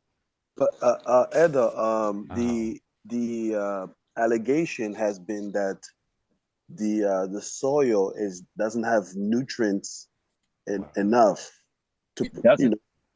It doesn't. so so if the soil is not producing, if the soil is not doesn't have nutrients, so the fruits are going to be deficient in vitamins, right? Absolutely. Nutrients. Absolutely. Which is why I choose organics, because what organic farmers have to do is they have to go through a process of taking, it's a 3 to 5 year process where you go take a land that used to get sprayed chemicals, toxins, herbicides, pesticides, all that stuff. It takes 3 to 5 years to go organic. The first 3 years, you got officials from the government coming out checking on those farms. And then once they get past the year 3, they can't sell organic food, but they can sell a food in the store. There used to be a category for it. I don't see even that name anymore. So I'm pretty sure they did away with that. But there used to be a way where after your farm had been pesticides free for 3 years, you could start selling foods in the natural food stores under a category that was called, wasn't quite organic yet, but it wasn't a pesticide food. There was a way you could still get into stores. And after the 5th year, you could get into the stores. The importance of that is when you're farming, industrial farming practices, when you use a tiller that, think about 12 inches, 12 inches. I once heard the same brother that introduced me to Bokashi said, a good friend of mine asked me, he said, when people ask me what legacy or what I want to leave my children, he said, I don't leave my children Mm-hmm. 12 inches of fertile soil on my crop, 12 inches. That's my inheritance to my children. I just, when he said it, I completely understood it. Topsoil is your first 12 inches of soil. If you tilling soil down, that till goes down deeper than 12 inches. You have moved 12 inches, now is 11 or 10 inches. It takes 100 years to build topsoil, 100 years. If you're constantly going out Now, topsoil is where you're going to have all your biomes of all the beneficial bacteria, all your beneficial organisms. You're going to have you're going to have plenty of the sulfur in the soil, right? So sulfur gets stripped out of soil from farming practices. Tilling tills, it just wrecks it. This metal blade going into the ground, killing our friendly bacteria. And these tires are mashing things up, right? So I choose organics for that reason, because again, we understand what's happening in our airspace. They've been chemtrail spraying since 1969. So I understand that the air is tainted, the ground is tainted. I know through photosynthesis process, that plant is going to produce and give me the best that it can give me if I put it in fertile soil. It's all about the soil. It's like in our bodies, it's all about our gut. It's all about the gut. If that gut is healthy, your brain is healthy. Every functioning system in your body is healthy if your gut is healthy. So yeah, so when I first heard that, man, when I was training for an Olympic game, I had sponsors for vitamins. And after I didn't make that Olympic team, I remember with my young family, I go to the natural food store and I made an attempt to buy these supplements that I was getting for free, right? Man, that added like $350 to our food bill. I did that once. I stood in that kitchen in Calistoga, California, and I said, I didn't know Tatan Zambe's name at the time, but I said, God, I ain't taking not one more vitamin supplement again. My family can't afford it. I said, until I find out how to get the nutrition my body needs, I am just simply going to stay with eating the foods that I'm eating. And that particular declaration led me to where I am now. I was about 30 something years ago. I got all the information I needed by making that request, by making a stance, because I really recognized I never felt anything from them vitamins, only my pee color changed. I never felt an increase of energy. Yes. Never. Yes. You know, Mandeli told me that years ago. He said, don't even waste your time buying any kind of supplements. He said it does not work. It just goes straight through you. So that's confirmation. Yeah. But I'm surprised he even, you know, I was told that. Don't even be bothered with it. Yeah. I mean, it's so much, the foods, it's better eating the foods. Yeah. Right. Right. Yeah. There's so many other benefits too. You get your free radicals, you get your antioxidants, you get all of those from eating the foods. You're not going to get that in the pill form, no matter what they're telling you. You know, your beneficial enzymes you can get from the store. I'll credit those as well. Papaya enzyme and bromelain enzymes from pineapple. Those would be good to get as well from a natural food store. But everything, every other supplement outside of vitamin D, fish oil, and those enzymes, they're not beneficial. They're not doing anything for the body. Right. And so let's talk about protein too, from shifting from meats to like people go, how do I get my protein if I'm not eating meat? Did you know every grass has everything has protein? Right. So that's right. Yes. You won't be lacking no protein. You know, you told me that sugar craving causes sugar craving is because you have a lack of protein. You were telling me. Yes, because when we eat proteins, it breaks down into sugars, and when those sugars exhaust themselves, you get a sugar craving. But the body isn't craving sugar; the body is craving the protein that breaks down into the sugars. So we generally go for the sweets. So we generally go for the sweets, thinking that we should answer the call for the sugar. But we need to eat. If you eat the protein, that craving goes away right away. You know, I was talking to this Mundeli, and I don't know how we got on this topic about not eating meat, and he was talking about the very thing about the proteins, etc. And I said, well, one of the strongest animals that is around do not eat any meat. They only eat vegetables. And that is the gorilla. So how do you reconcile that? He just looked at me. What about the cow? The cow doesn't eat meat. The cow eats grass. Exactly. And the elephant. Now, for a person who's a diabetic, I'm trying to do something natural. Trying to wean off of insulin. What is proper way, or what is to eat or use So, to? so did you write down those 4 categories I gave it down last week? I came in. I wasn't here last week. Okay. So if you will, write these 4 categories down. Write down phosphate foods. Phosphate. Write down iodide foods or iodine foods. Mm-hmm. Write down calcium carbonate foods. Iodine, calcium carbonate. What's my 4th one? Oh, and magnesium oriented foods. And magnesium. Foods with magnesium, yeah. And is that what they sell in the powder form? You know, well, foods that contain magnesium are just going to be whole foods and magnesium. That's going to be everything from well, if you're going with meats, it'd be most of your meats. But then when your beets, your lima bean has the highest form of magnesium than any other bean. But beans got your magnesium. I love lima beans. I do too. I love all kinds of beans because I'm from the South, so I grew up eating buckeye peas, butter beans, pinto beans, kidney beans, all kinds of beans. Yes, all kinds of beans. Me too. And I want to add to that also. I mentioned this before. It was before Brother Energy did his teaching, but we kind of touched on it. I think that was the first time you were on about diabetes. I explained to you all about the lock and key concept with our cells. Yeah. So our bodies are so intricately intertwined and made. It's just it blows my mind, the things that I learned when I was in nursing school. So you have your normal cells, right? Then you have your fat cells. That's the adipose tissue, what we call people that's just overweight, right?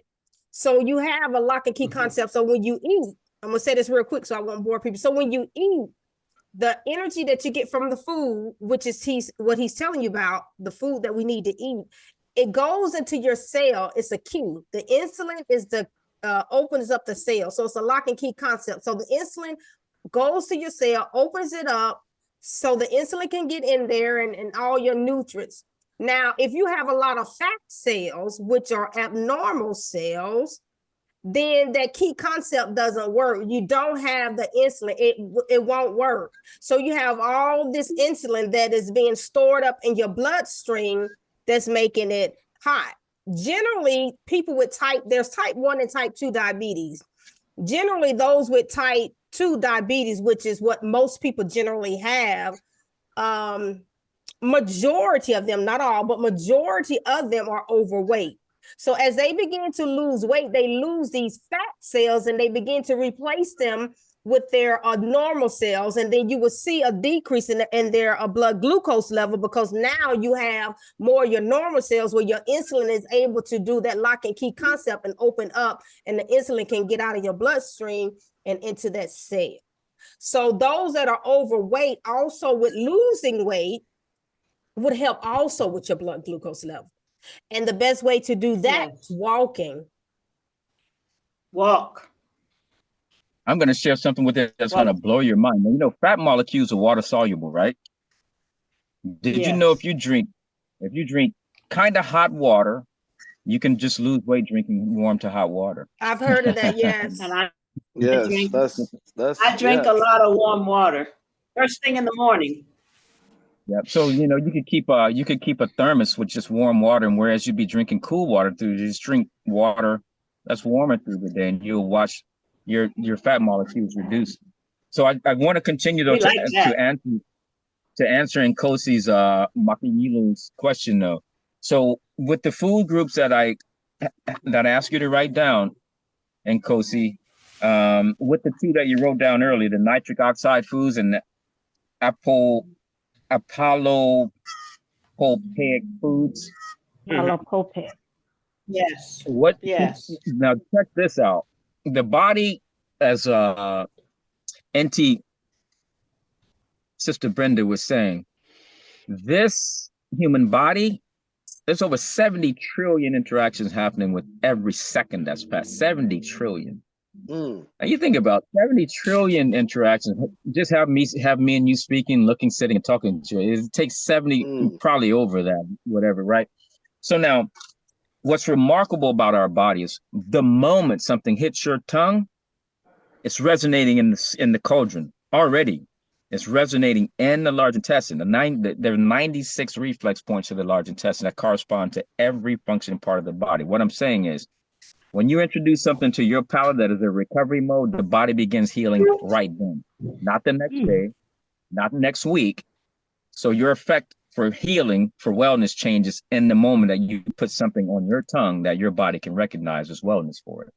So when you begin utilizing these foods, you will watch your diabetes, your high blood pressure go away within 3 days to 5 days. It just will adjust it. So it ain't going to take no longer than that.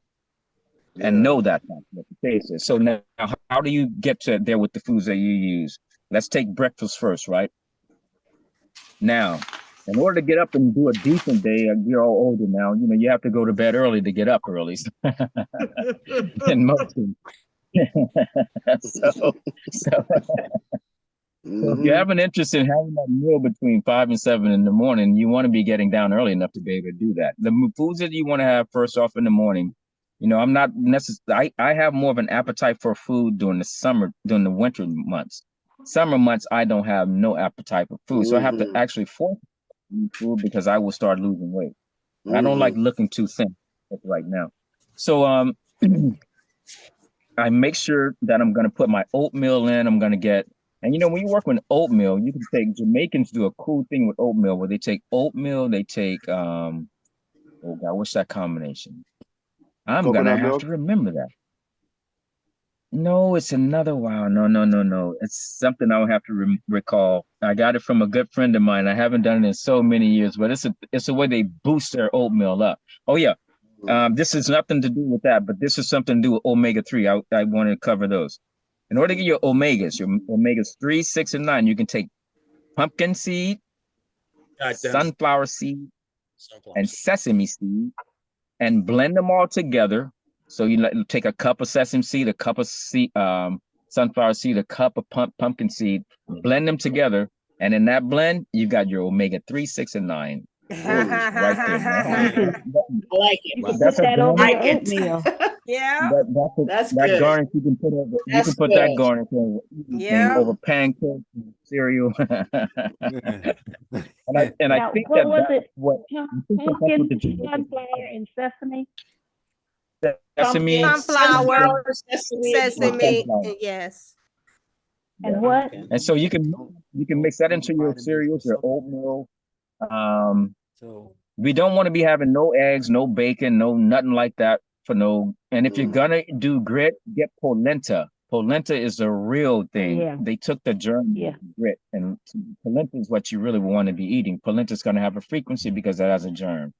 So we got polenta, amaranth. Are you familiar with amaranth? Yeah. Write that down. AMARANTH, amaranth. Yeah. It's one of the oldest grains on the planet. That thing is packed with nutrition. It's kind of like teff. It's really, really nutritious. That's another breakfast food, though. So you got your amaranth, you got your polenta that would, is our grit version. Your fruits you should have. So when you do fruits, generally fruits take about an hour to digest, right? It's really quick. It's burning, right? So they taught us the idea of mixing fruit with cereal, but I don't recommend that because if you think about making wine, when you add another component, you're going to be creating a fermenting situation in your stomach that's going to be producing mucus. Exactly. So I would keep my fruit separate than my, and this is another cool way to use fruit. Eat your whole solid foods. Fruit that can go with meals are bananas and apples. They're digestive aids. So you can eat apples with any meal. You can eat an apple with, you can eat a meal with any, bananas with any meal. I have one question now, and I've been hearing, being diabetic, that you got to watch the fruit that you eat because it has sugar in it. Yeah, and they Absolutely. Eat bananas. Absolutely, absolutely. So what the way you're going to begin approaching this is you stay on your medication for the first, until you feel that you don't need it. Just start adjusting your diet. Now, because your sugar is building up because of the insulin is not getting into the cell, right? You're going to just be taking in, and this is the thing we need to know. We don't need that much sugar from fruits through the day.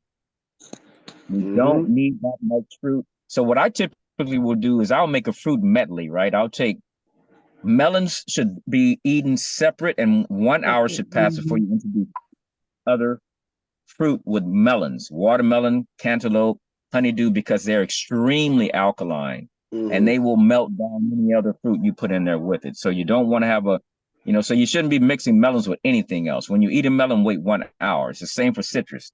Citrus fruits, eat citrus together. Citrus and pineapple can be eaten too, but wait 1 hour because anything you introduce before that digest is going to create mucus in the system. So keep those things separate, but the sugar intake, because everything we eat converts into sugar. So we don't need that much fruit a day. So when you start adjusting your diet, just start eating. Okay. So I will not anymore. I will not put I put raisins, or I cut up some prunes and put in my oatmeal. So I will alleviate the raisins in my oatmeal because I don't want it to ferment in my stomach. So no raisins in my oatmeal.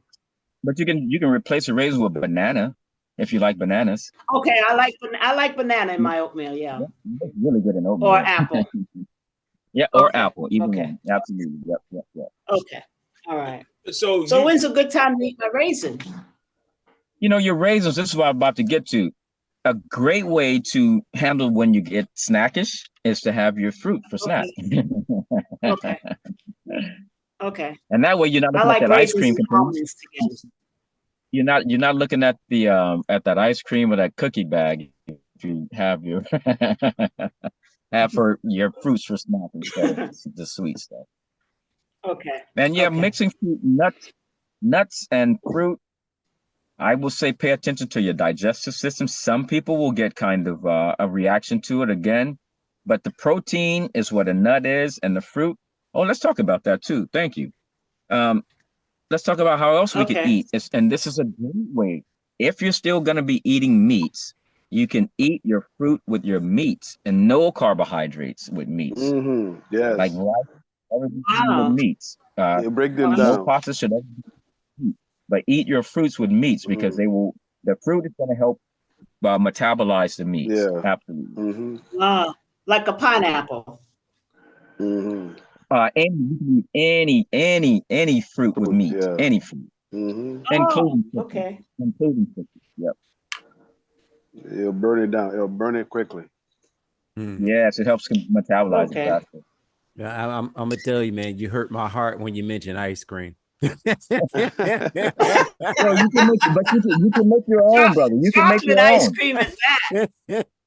Chocolate ice cream is that. You can make your own, and it ain't that hard. And man, you make your own. I would say because when you make your own, whose frequency does that have when you make your own? Exactly. I make ice cream out of coconut milk. It's pretty good. Yep. So right. yeah. I'm still stuck on the I'm still stuck on the because they said that there's no nutrients in the soil. So are we not gonna get, if you don't have nutrients in the soil, are you gonna get a whole fruits coming out?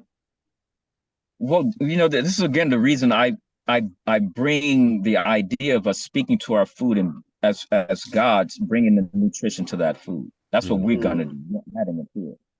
So last week I told a story of I used to live on it was a raw food farm where we were just eating raw, and we were eating primal. We were eating raw meat and just raw foods. They call it vegan. primal vegan.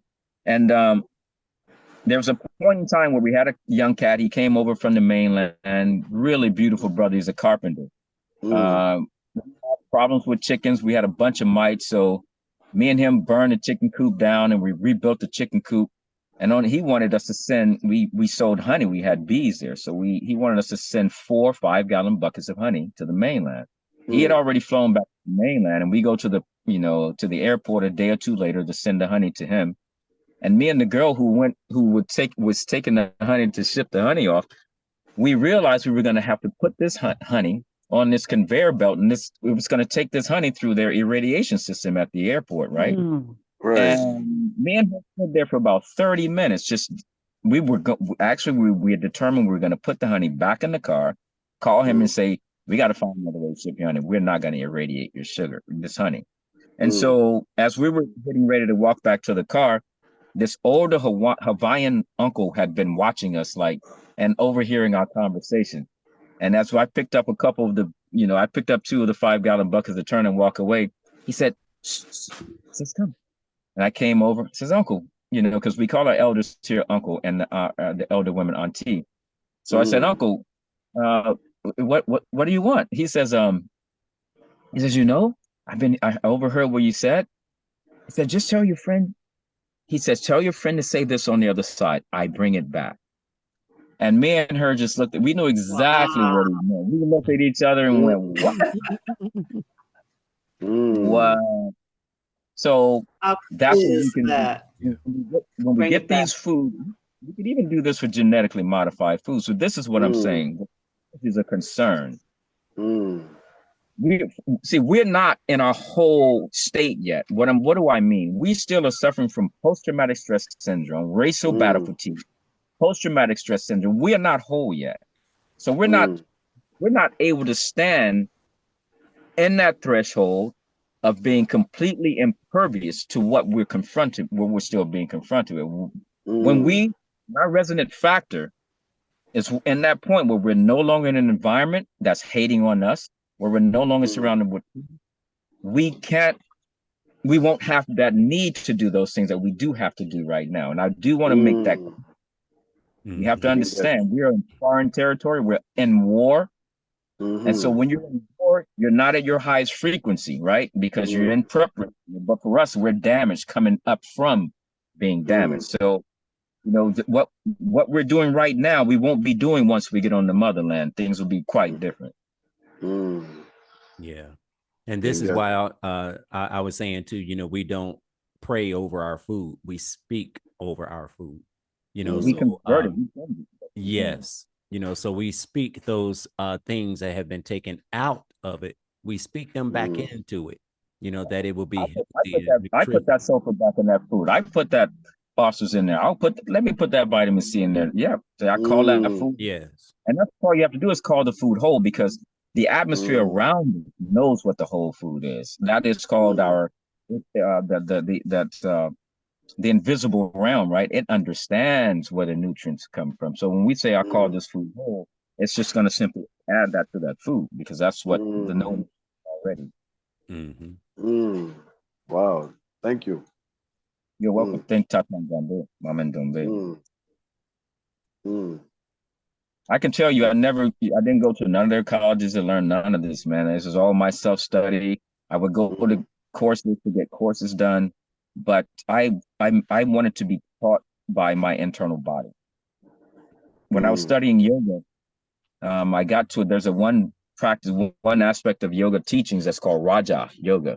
It's more philosophical in teaching. It's not mostly interested in physical postures at all. Maybe you do a posture too. It's connecting with that world of the spirit. There's a particular aspect of reading, as you're reading through the book, where it talks about we gather knowledge in two different ways. We gather knowledge either from teaching, sitting in the presence of someone, reading books. That's called secondary knowledge. The first primary way of gaining knowledge is from your internal spirit. And when I read that, I went, whoa, I don't think I did that already. I think that's something I need to do. So for about 10 years, I put books down, and I asked my body, my internal, and the Hawaiian language is called the na'au. It's the area below your navel And traditional Chinese medicine would be called the qi, and Japanese is called the ki. So where your navel is, if you take your navel and place your ring finger and your middle finger right below your navel, that area is called the na'au, or your cauldron, right? Your qi, your ki. So now what I'm doing is the qi, or your ki, is your umbilical cord connectedness to the spirit realm, especially how they understand it here on the islands in Hawaii. So I'm asking my na'au to give me the information. I'm drawing information from my na'au now, not from my brain, not from my heart space, not from my pericardium. I'm drawing it from my na'au. I'm feeling my na'au undulate as I don't know the answer to a question, or someone asks me a question. Information comes from me, and I'm dumbfounded by the knowledge that's coming out of my mouth. And then at a certain point, I was told I could read books again, about 2006, 7.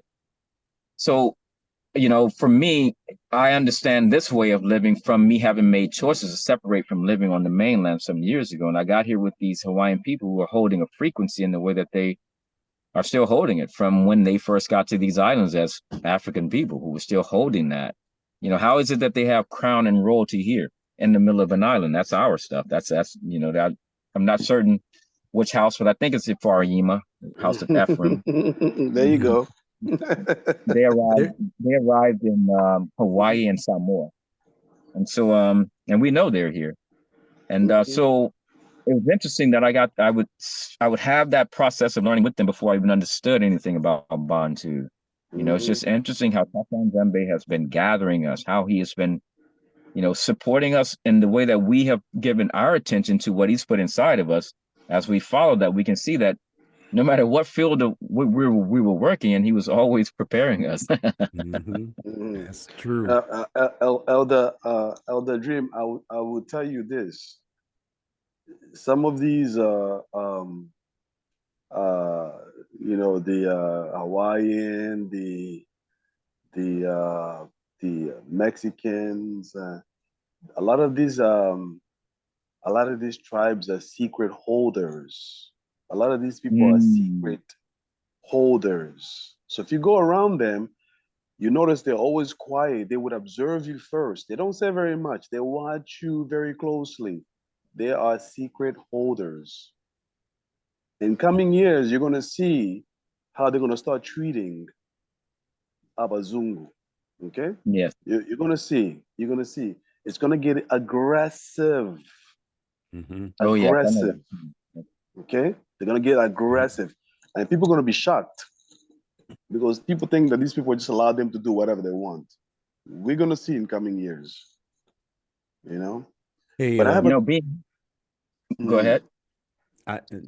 I'm sorry. Were you finished, Silverback? Yes. I'm sorry, because I didn't want to cut you off. There's a question in the chat, and the question is, what can we eat for iron? You know, do you have a cast iron skill in your house? Cook your food in that and you're getting your iron. Cooking a cast iron skillet is the best iron you can get. But then ironing that's the food, truth. That's the truth. Yeah. And women have to be careful. You need a lot of iron, but you can get too much iron, which can work against you. So be very careful with your intake. Yes. Especially yes. Yes. I get iron from. What about getting iron from black molasses? I would say probably one of the best sources. Yes. Yep. Yes. For a while I used to have I used to be anemic, and so I started keeping a small bottle with molasses in my handbag. Whenever I went out, I always have a little bottle in my handbag, the black chalk molasses. Yes, I love it. That's one of my mid-morning drinks is a tea, green tea usually, with a teaspoon of blackstrap molasses in it, because and I also understand that raisins have a lot of iron in it. Is that correct? Raisins do, prunes do. Yep.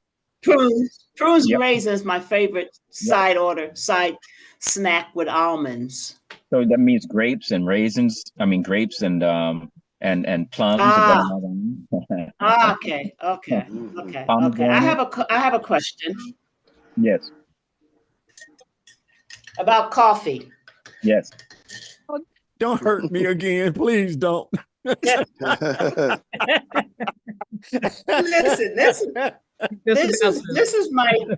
this is my question about coffee. Yes. I like coffee. I like to drink coffee late at night. If I'm up studying, if I'm up writing, or if I'm editing something, I go get a cup of coffee and I drink the cup of coffee when I finish doing.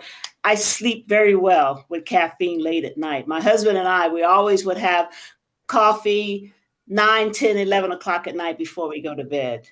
Does the caffeine, my question is, does the caffeine interrupt the sleep or interrupt all the functions that you just taught us and the times of the function? Does caffeine interfere with that? You know, I'm not going to say equivocally yes. What I'm going to say is there's a way for you to muscle test your body. You know how to muscle test your body? Okay. So you can do. No, I don't. Please tell me. You can do a muscle testing by take your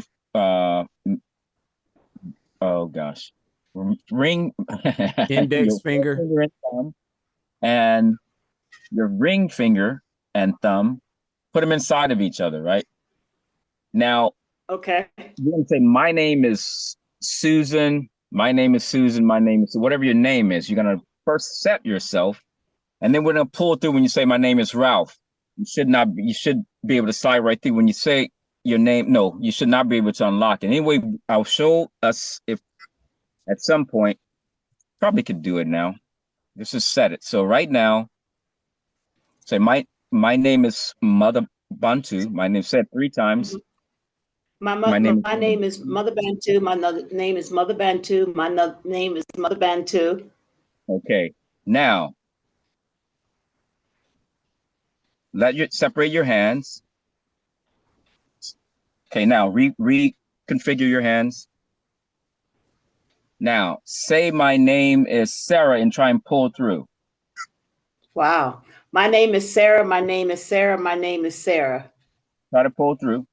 Can you pull through? Ouch. Can you? My nails are too... No. Okay, now reconfigure your hands again and say my name is Mother Bantu. Name is back together. My name is back together. My name is Mother Bantu. My name is Mother Bantu. My name is Mother Bantu. Can you pull through? Could you pull through easy or was it hard? Yeah. Easy. Okay, so that's how you can set yourself. Now, what you can do at any point, you can take a food in your. Yes, you can take a food. Set myself. That's the greatest news I've ever heard in my life. I need setting. I need to be reset. So what you can do is you can take the cup of coffee, you can put it just next to your body and ask your body, is this coffee interfering with me? And your body's going to tell you the truth. It's not going to ever lie to you. Wow. Oh. Wow. That's amazing. It's a kinesiology move. Fearfully and wonderfully made, Darren. Fearfully and wonderfully made. Thanks and praise. Are you just saying that? I did it with my Bantu name and I did it with my government name. And what happened? My government name, it wouldn't unlock. But when I did it, wow, name, it right open. Wow.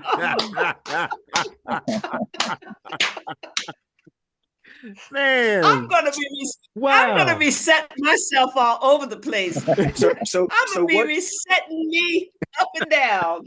So what does it mean when you can't open? When it locks, that means it's true, or when it opens, it's true. When it doesn't open, it's not true. So if I say my name is Susan and it opens, that's a lie, right?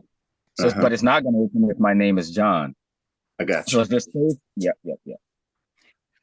But I love what that. it did was recognize where I come from.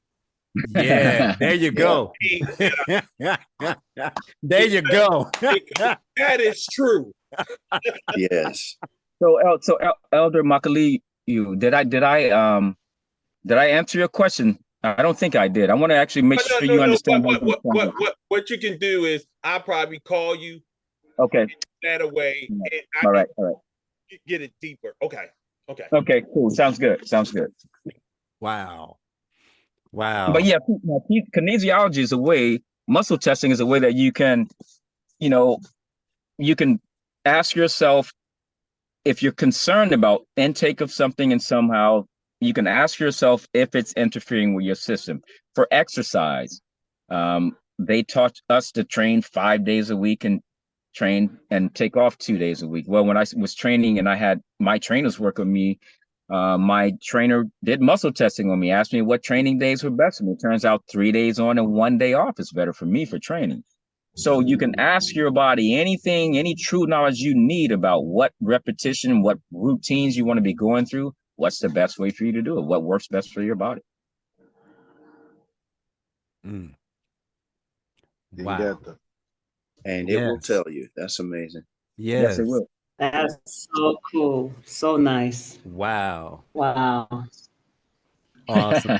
Awesome. Awesome. Well, man, I tell you, we can continue, but I don't want to make this, too long. We have gotten a plethora of information here. And again, we're gonna have Nkosi Dreem Energy to do powerful closed Zoom session.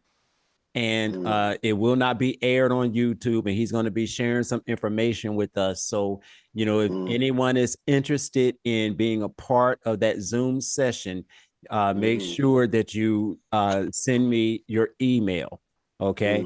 And I will send you the link to let you know when we're going to have that session. And I will be getting with Nkosi Dreem Energy about that. And of course, everyone that is in our group chat, you will know it automatically, and so, you all will be a part of that as well. Stay. Also, let me interrupt and continue what you're saying. So if you're interested on the day that we do this particular teaching, if you're interested in making your compost bins, have available some 5-gallon buckets, newspaper, coffee filter, so I can show you how to make that if you're interested in composting stuff. I will also, if you're interested in making salves and tinctures, if you just want to go get some shea butter and get some cocoa butter and maybe grab some magnesium and some things that I'll be using, I'll make a list of stuff for basic pain remedies. Actually, I can give it now. Camphor oil. If you want to get camphor oil now, castor oil, some magnesium oil. Well, it's going to be in a liquid, but magnesium, peppermint, oregano oil, eucalyptus, just a few for now, not a lot of them. And some cocoa and shea butter. Then I can show you how to make some basic, really cool pain relievers that are just going to be highly effective. Wow, nice. I have most of that. Yeah, right on. But yeah, I make it because my grandmother showed us how to make it. We shouldn't be in the stores buying all that stuff. No way. Now you said the magnesium comes as an oil, or pardon? Magnesium comes as an oil? Well, they call it an oil, but it's not. When you buy it, it's going to be in a container. It's probably a 4 to 6 ounce container, maybe an 8 ounce container. And it's going to be in a plastic tall container generally. Now you will find some in tincture bottles. And so I use both the tincture. The ones I use in a tincture bottle, I use in my salve. The ones in my spray, I use a liquefied one. The liquefied one penetrates into the skin way more so than eating magnesium outside of like in your foods. Yeah. Okay. Yeah. Yeah. So which one are we to get? The oil, magnesium, magnesium oil. Yes. The one when your natural food store, you'll see two different versions of it. The ones that's more liquefied, that's not the one you want for your salve. You want the one in the tincture bottle for the salve. And for the sprays, that's the more liquefied one is the one you use for it. Just because it interacts very differently going into the pores of the skin.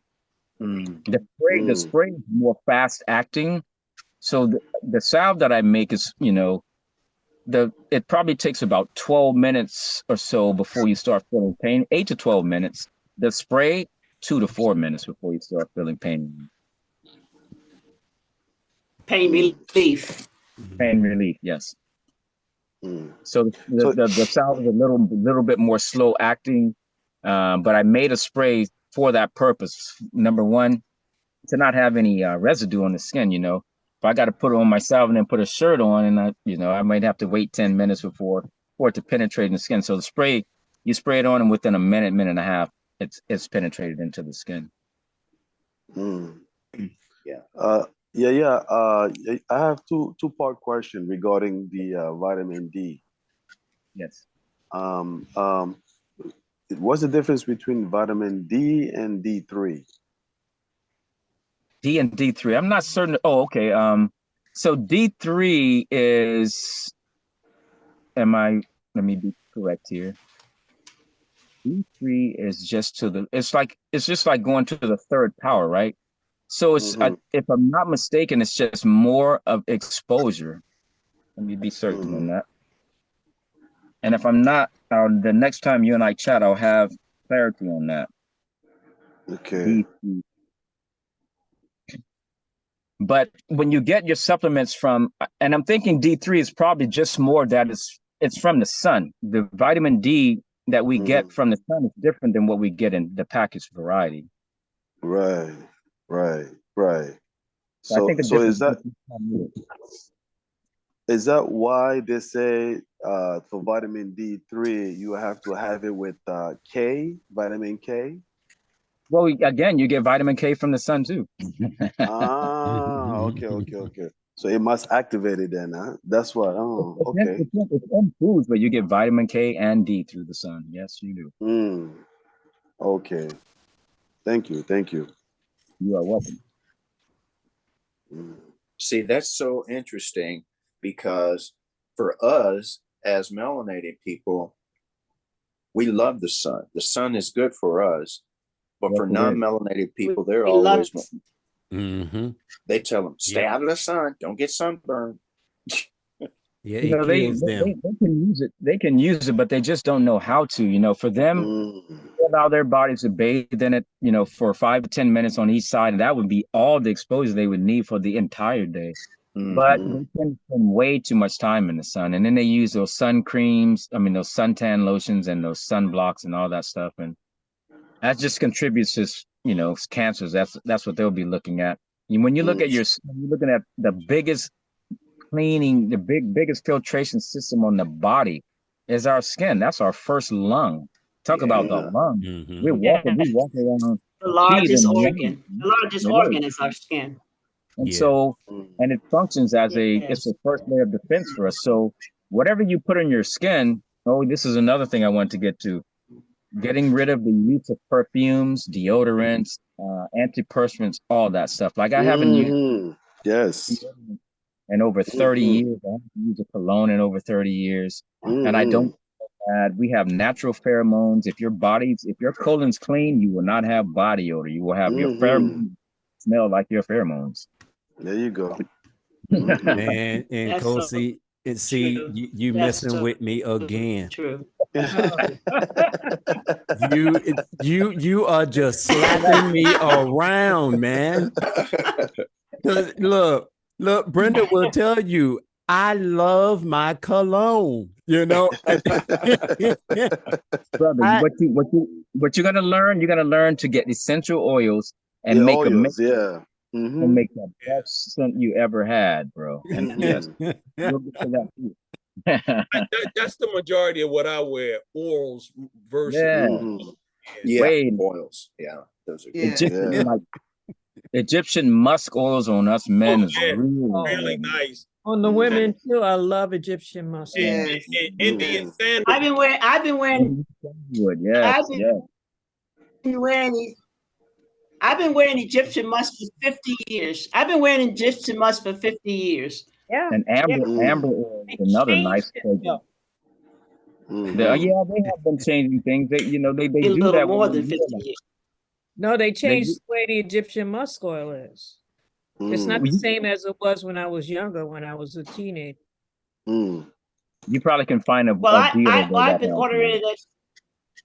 Yeah, I've been ordering it from the same place for 53 years. My sister and I, we were 17 and 18. We were walking down the streets of Philadelphia. We smelled Egyptian musk, and I ordered from the same person. They sent it to Africa to me. Could they send it to me? Yeah, I'll give you the information.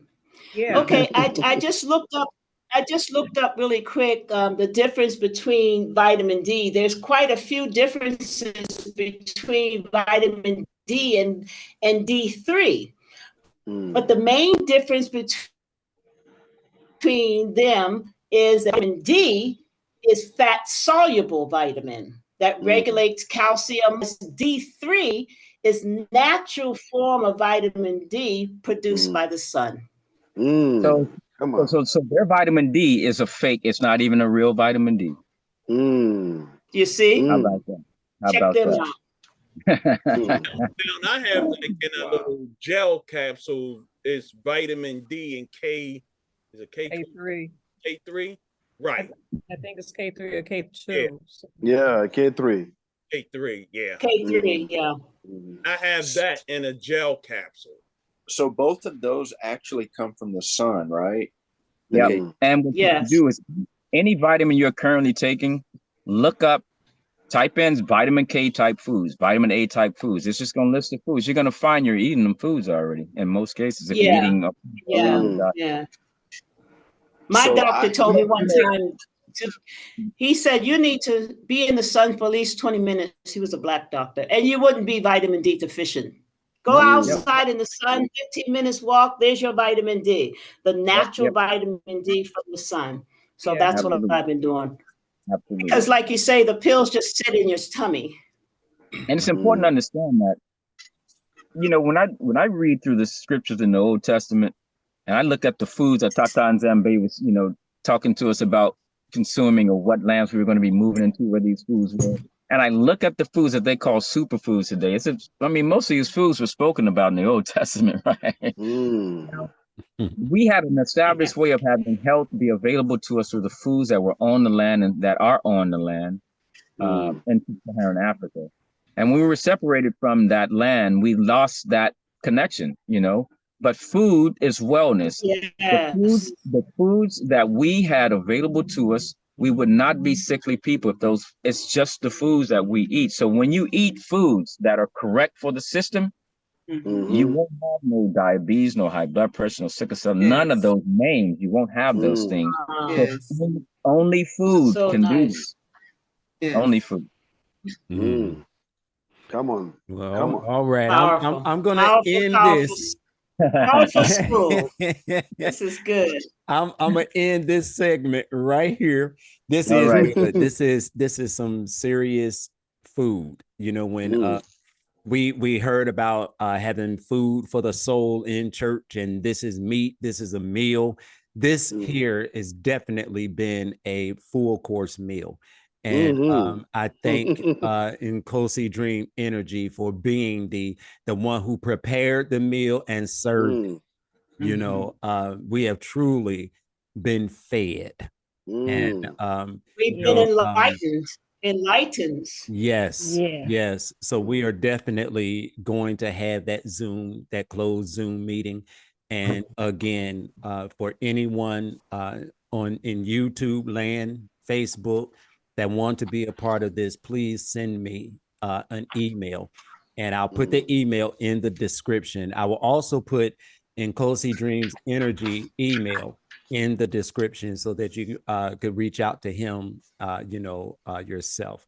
So Matondo Masaka, Nkosi, we appreciate you so much and thank Tata Nzambi, Mama Ndombe, our elevated Bakulu of the light, for sending you our way and being a part of our community. Yes. We love you and we thank you, my brother. Well, I feel We're welcomed by grateful. you. Very Thank you for grateful. welcoming me. And I have lived for this moment. So thank you for welcoming me. Thank you for making me just feel at home. Like I've been like we just lost a step, but it's like I've known you all of y'all all my life. It feels that way. And that feels good to me. We have known each other spiritually. We have already known each other. Right. Exactly. Yes. We were in Zulu together. Exactly. Yes.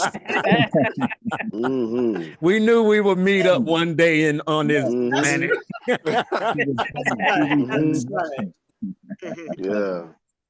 right. So family, Facebook, YouTube, we thank you for joining us and look forward to being with you again on next Samba. Look forward because we will be having our elder Jabulani. He will be coming with us and talking with us about the phases of the moon and giving us a rehash on looking at the moon, reading it, recognizing the first day, because we have been taught wrong about the new moon. Right. We've been taught wrong about it. So he's going to come and bring the correct way and how to observe the moon and, to count the days. Okay. So I tell you, man, I love Elder. I love Nkosi. We have truly been increased. And I love everyone else that is on this Zoom here. Because again, like I said, everyone on here has something special. They have a gift. They have a talent from Tata Nzambi. Me and Brenda don't know it all. We don't. We might talk like we do, but we don't. Okay. We learn from each other. Yes. Iron sharpens iron. Yes. And we increase each other. Yes. And this is what Tata Nzambi, Mama and Ndombe want us to do. As a family, we are to build each other up, to be there for each other, to help each other. No one should feel down. No one should be drowning in nothing. No, we all hold each other up. We're accountable for each other. We lift each other up and to make sure that each other is doing good. Yes, that's right. That's the nation. That's the nation. Yes. That's right. Yes. So I am thankful. I am so thankful to have you all in my life and to be a part of my life. And I want to thank Queen Niece Latoya for being with us. Thank you. Such an honor to have you and be a part.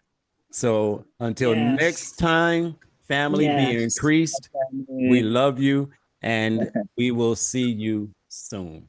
Basseh, Basseh, Basseh. Basseh, Basseh, Basseh, Basseh.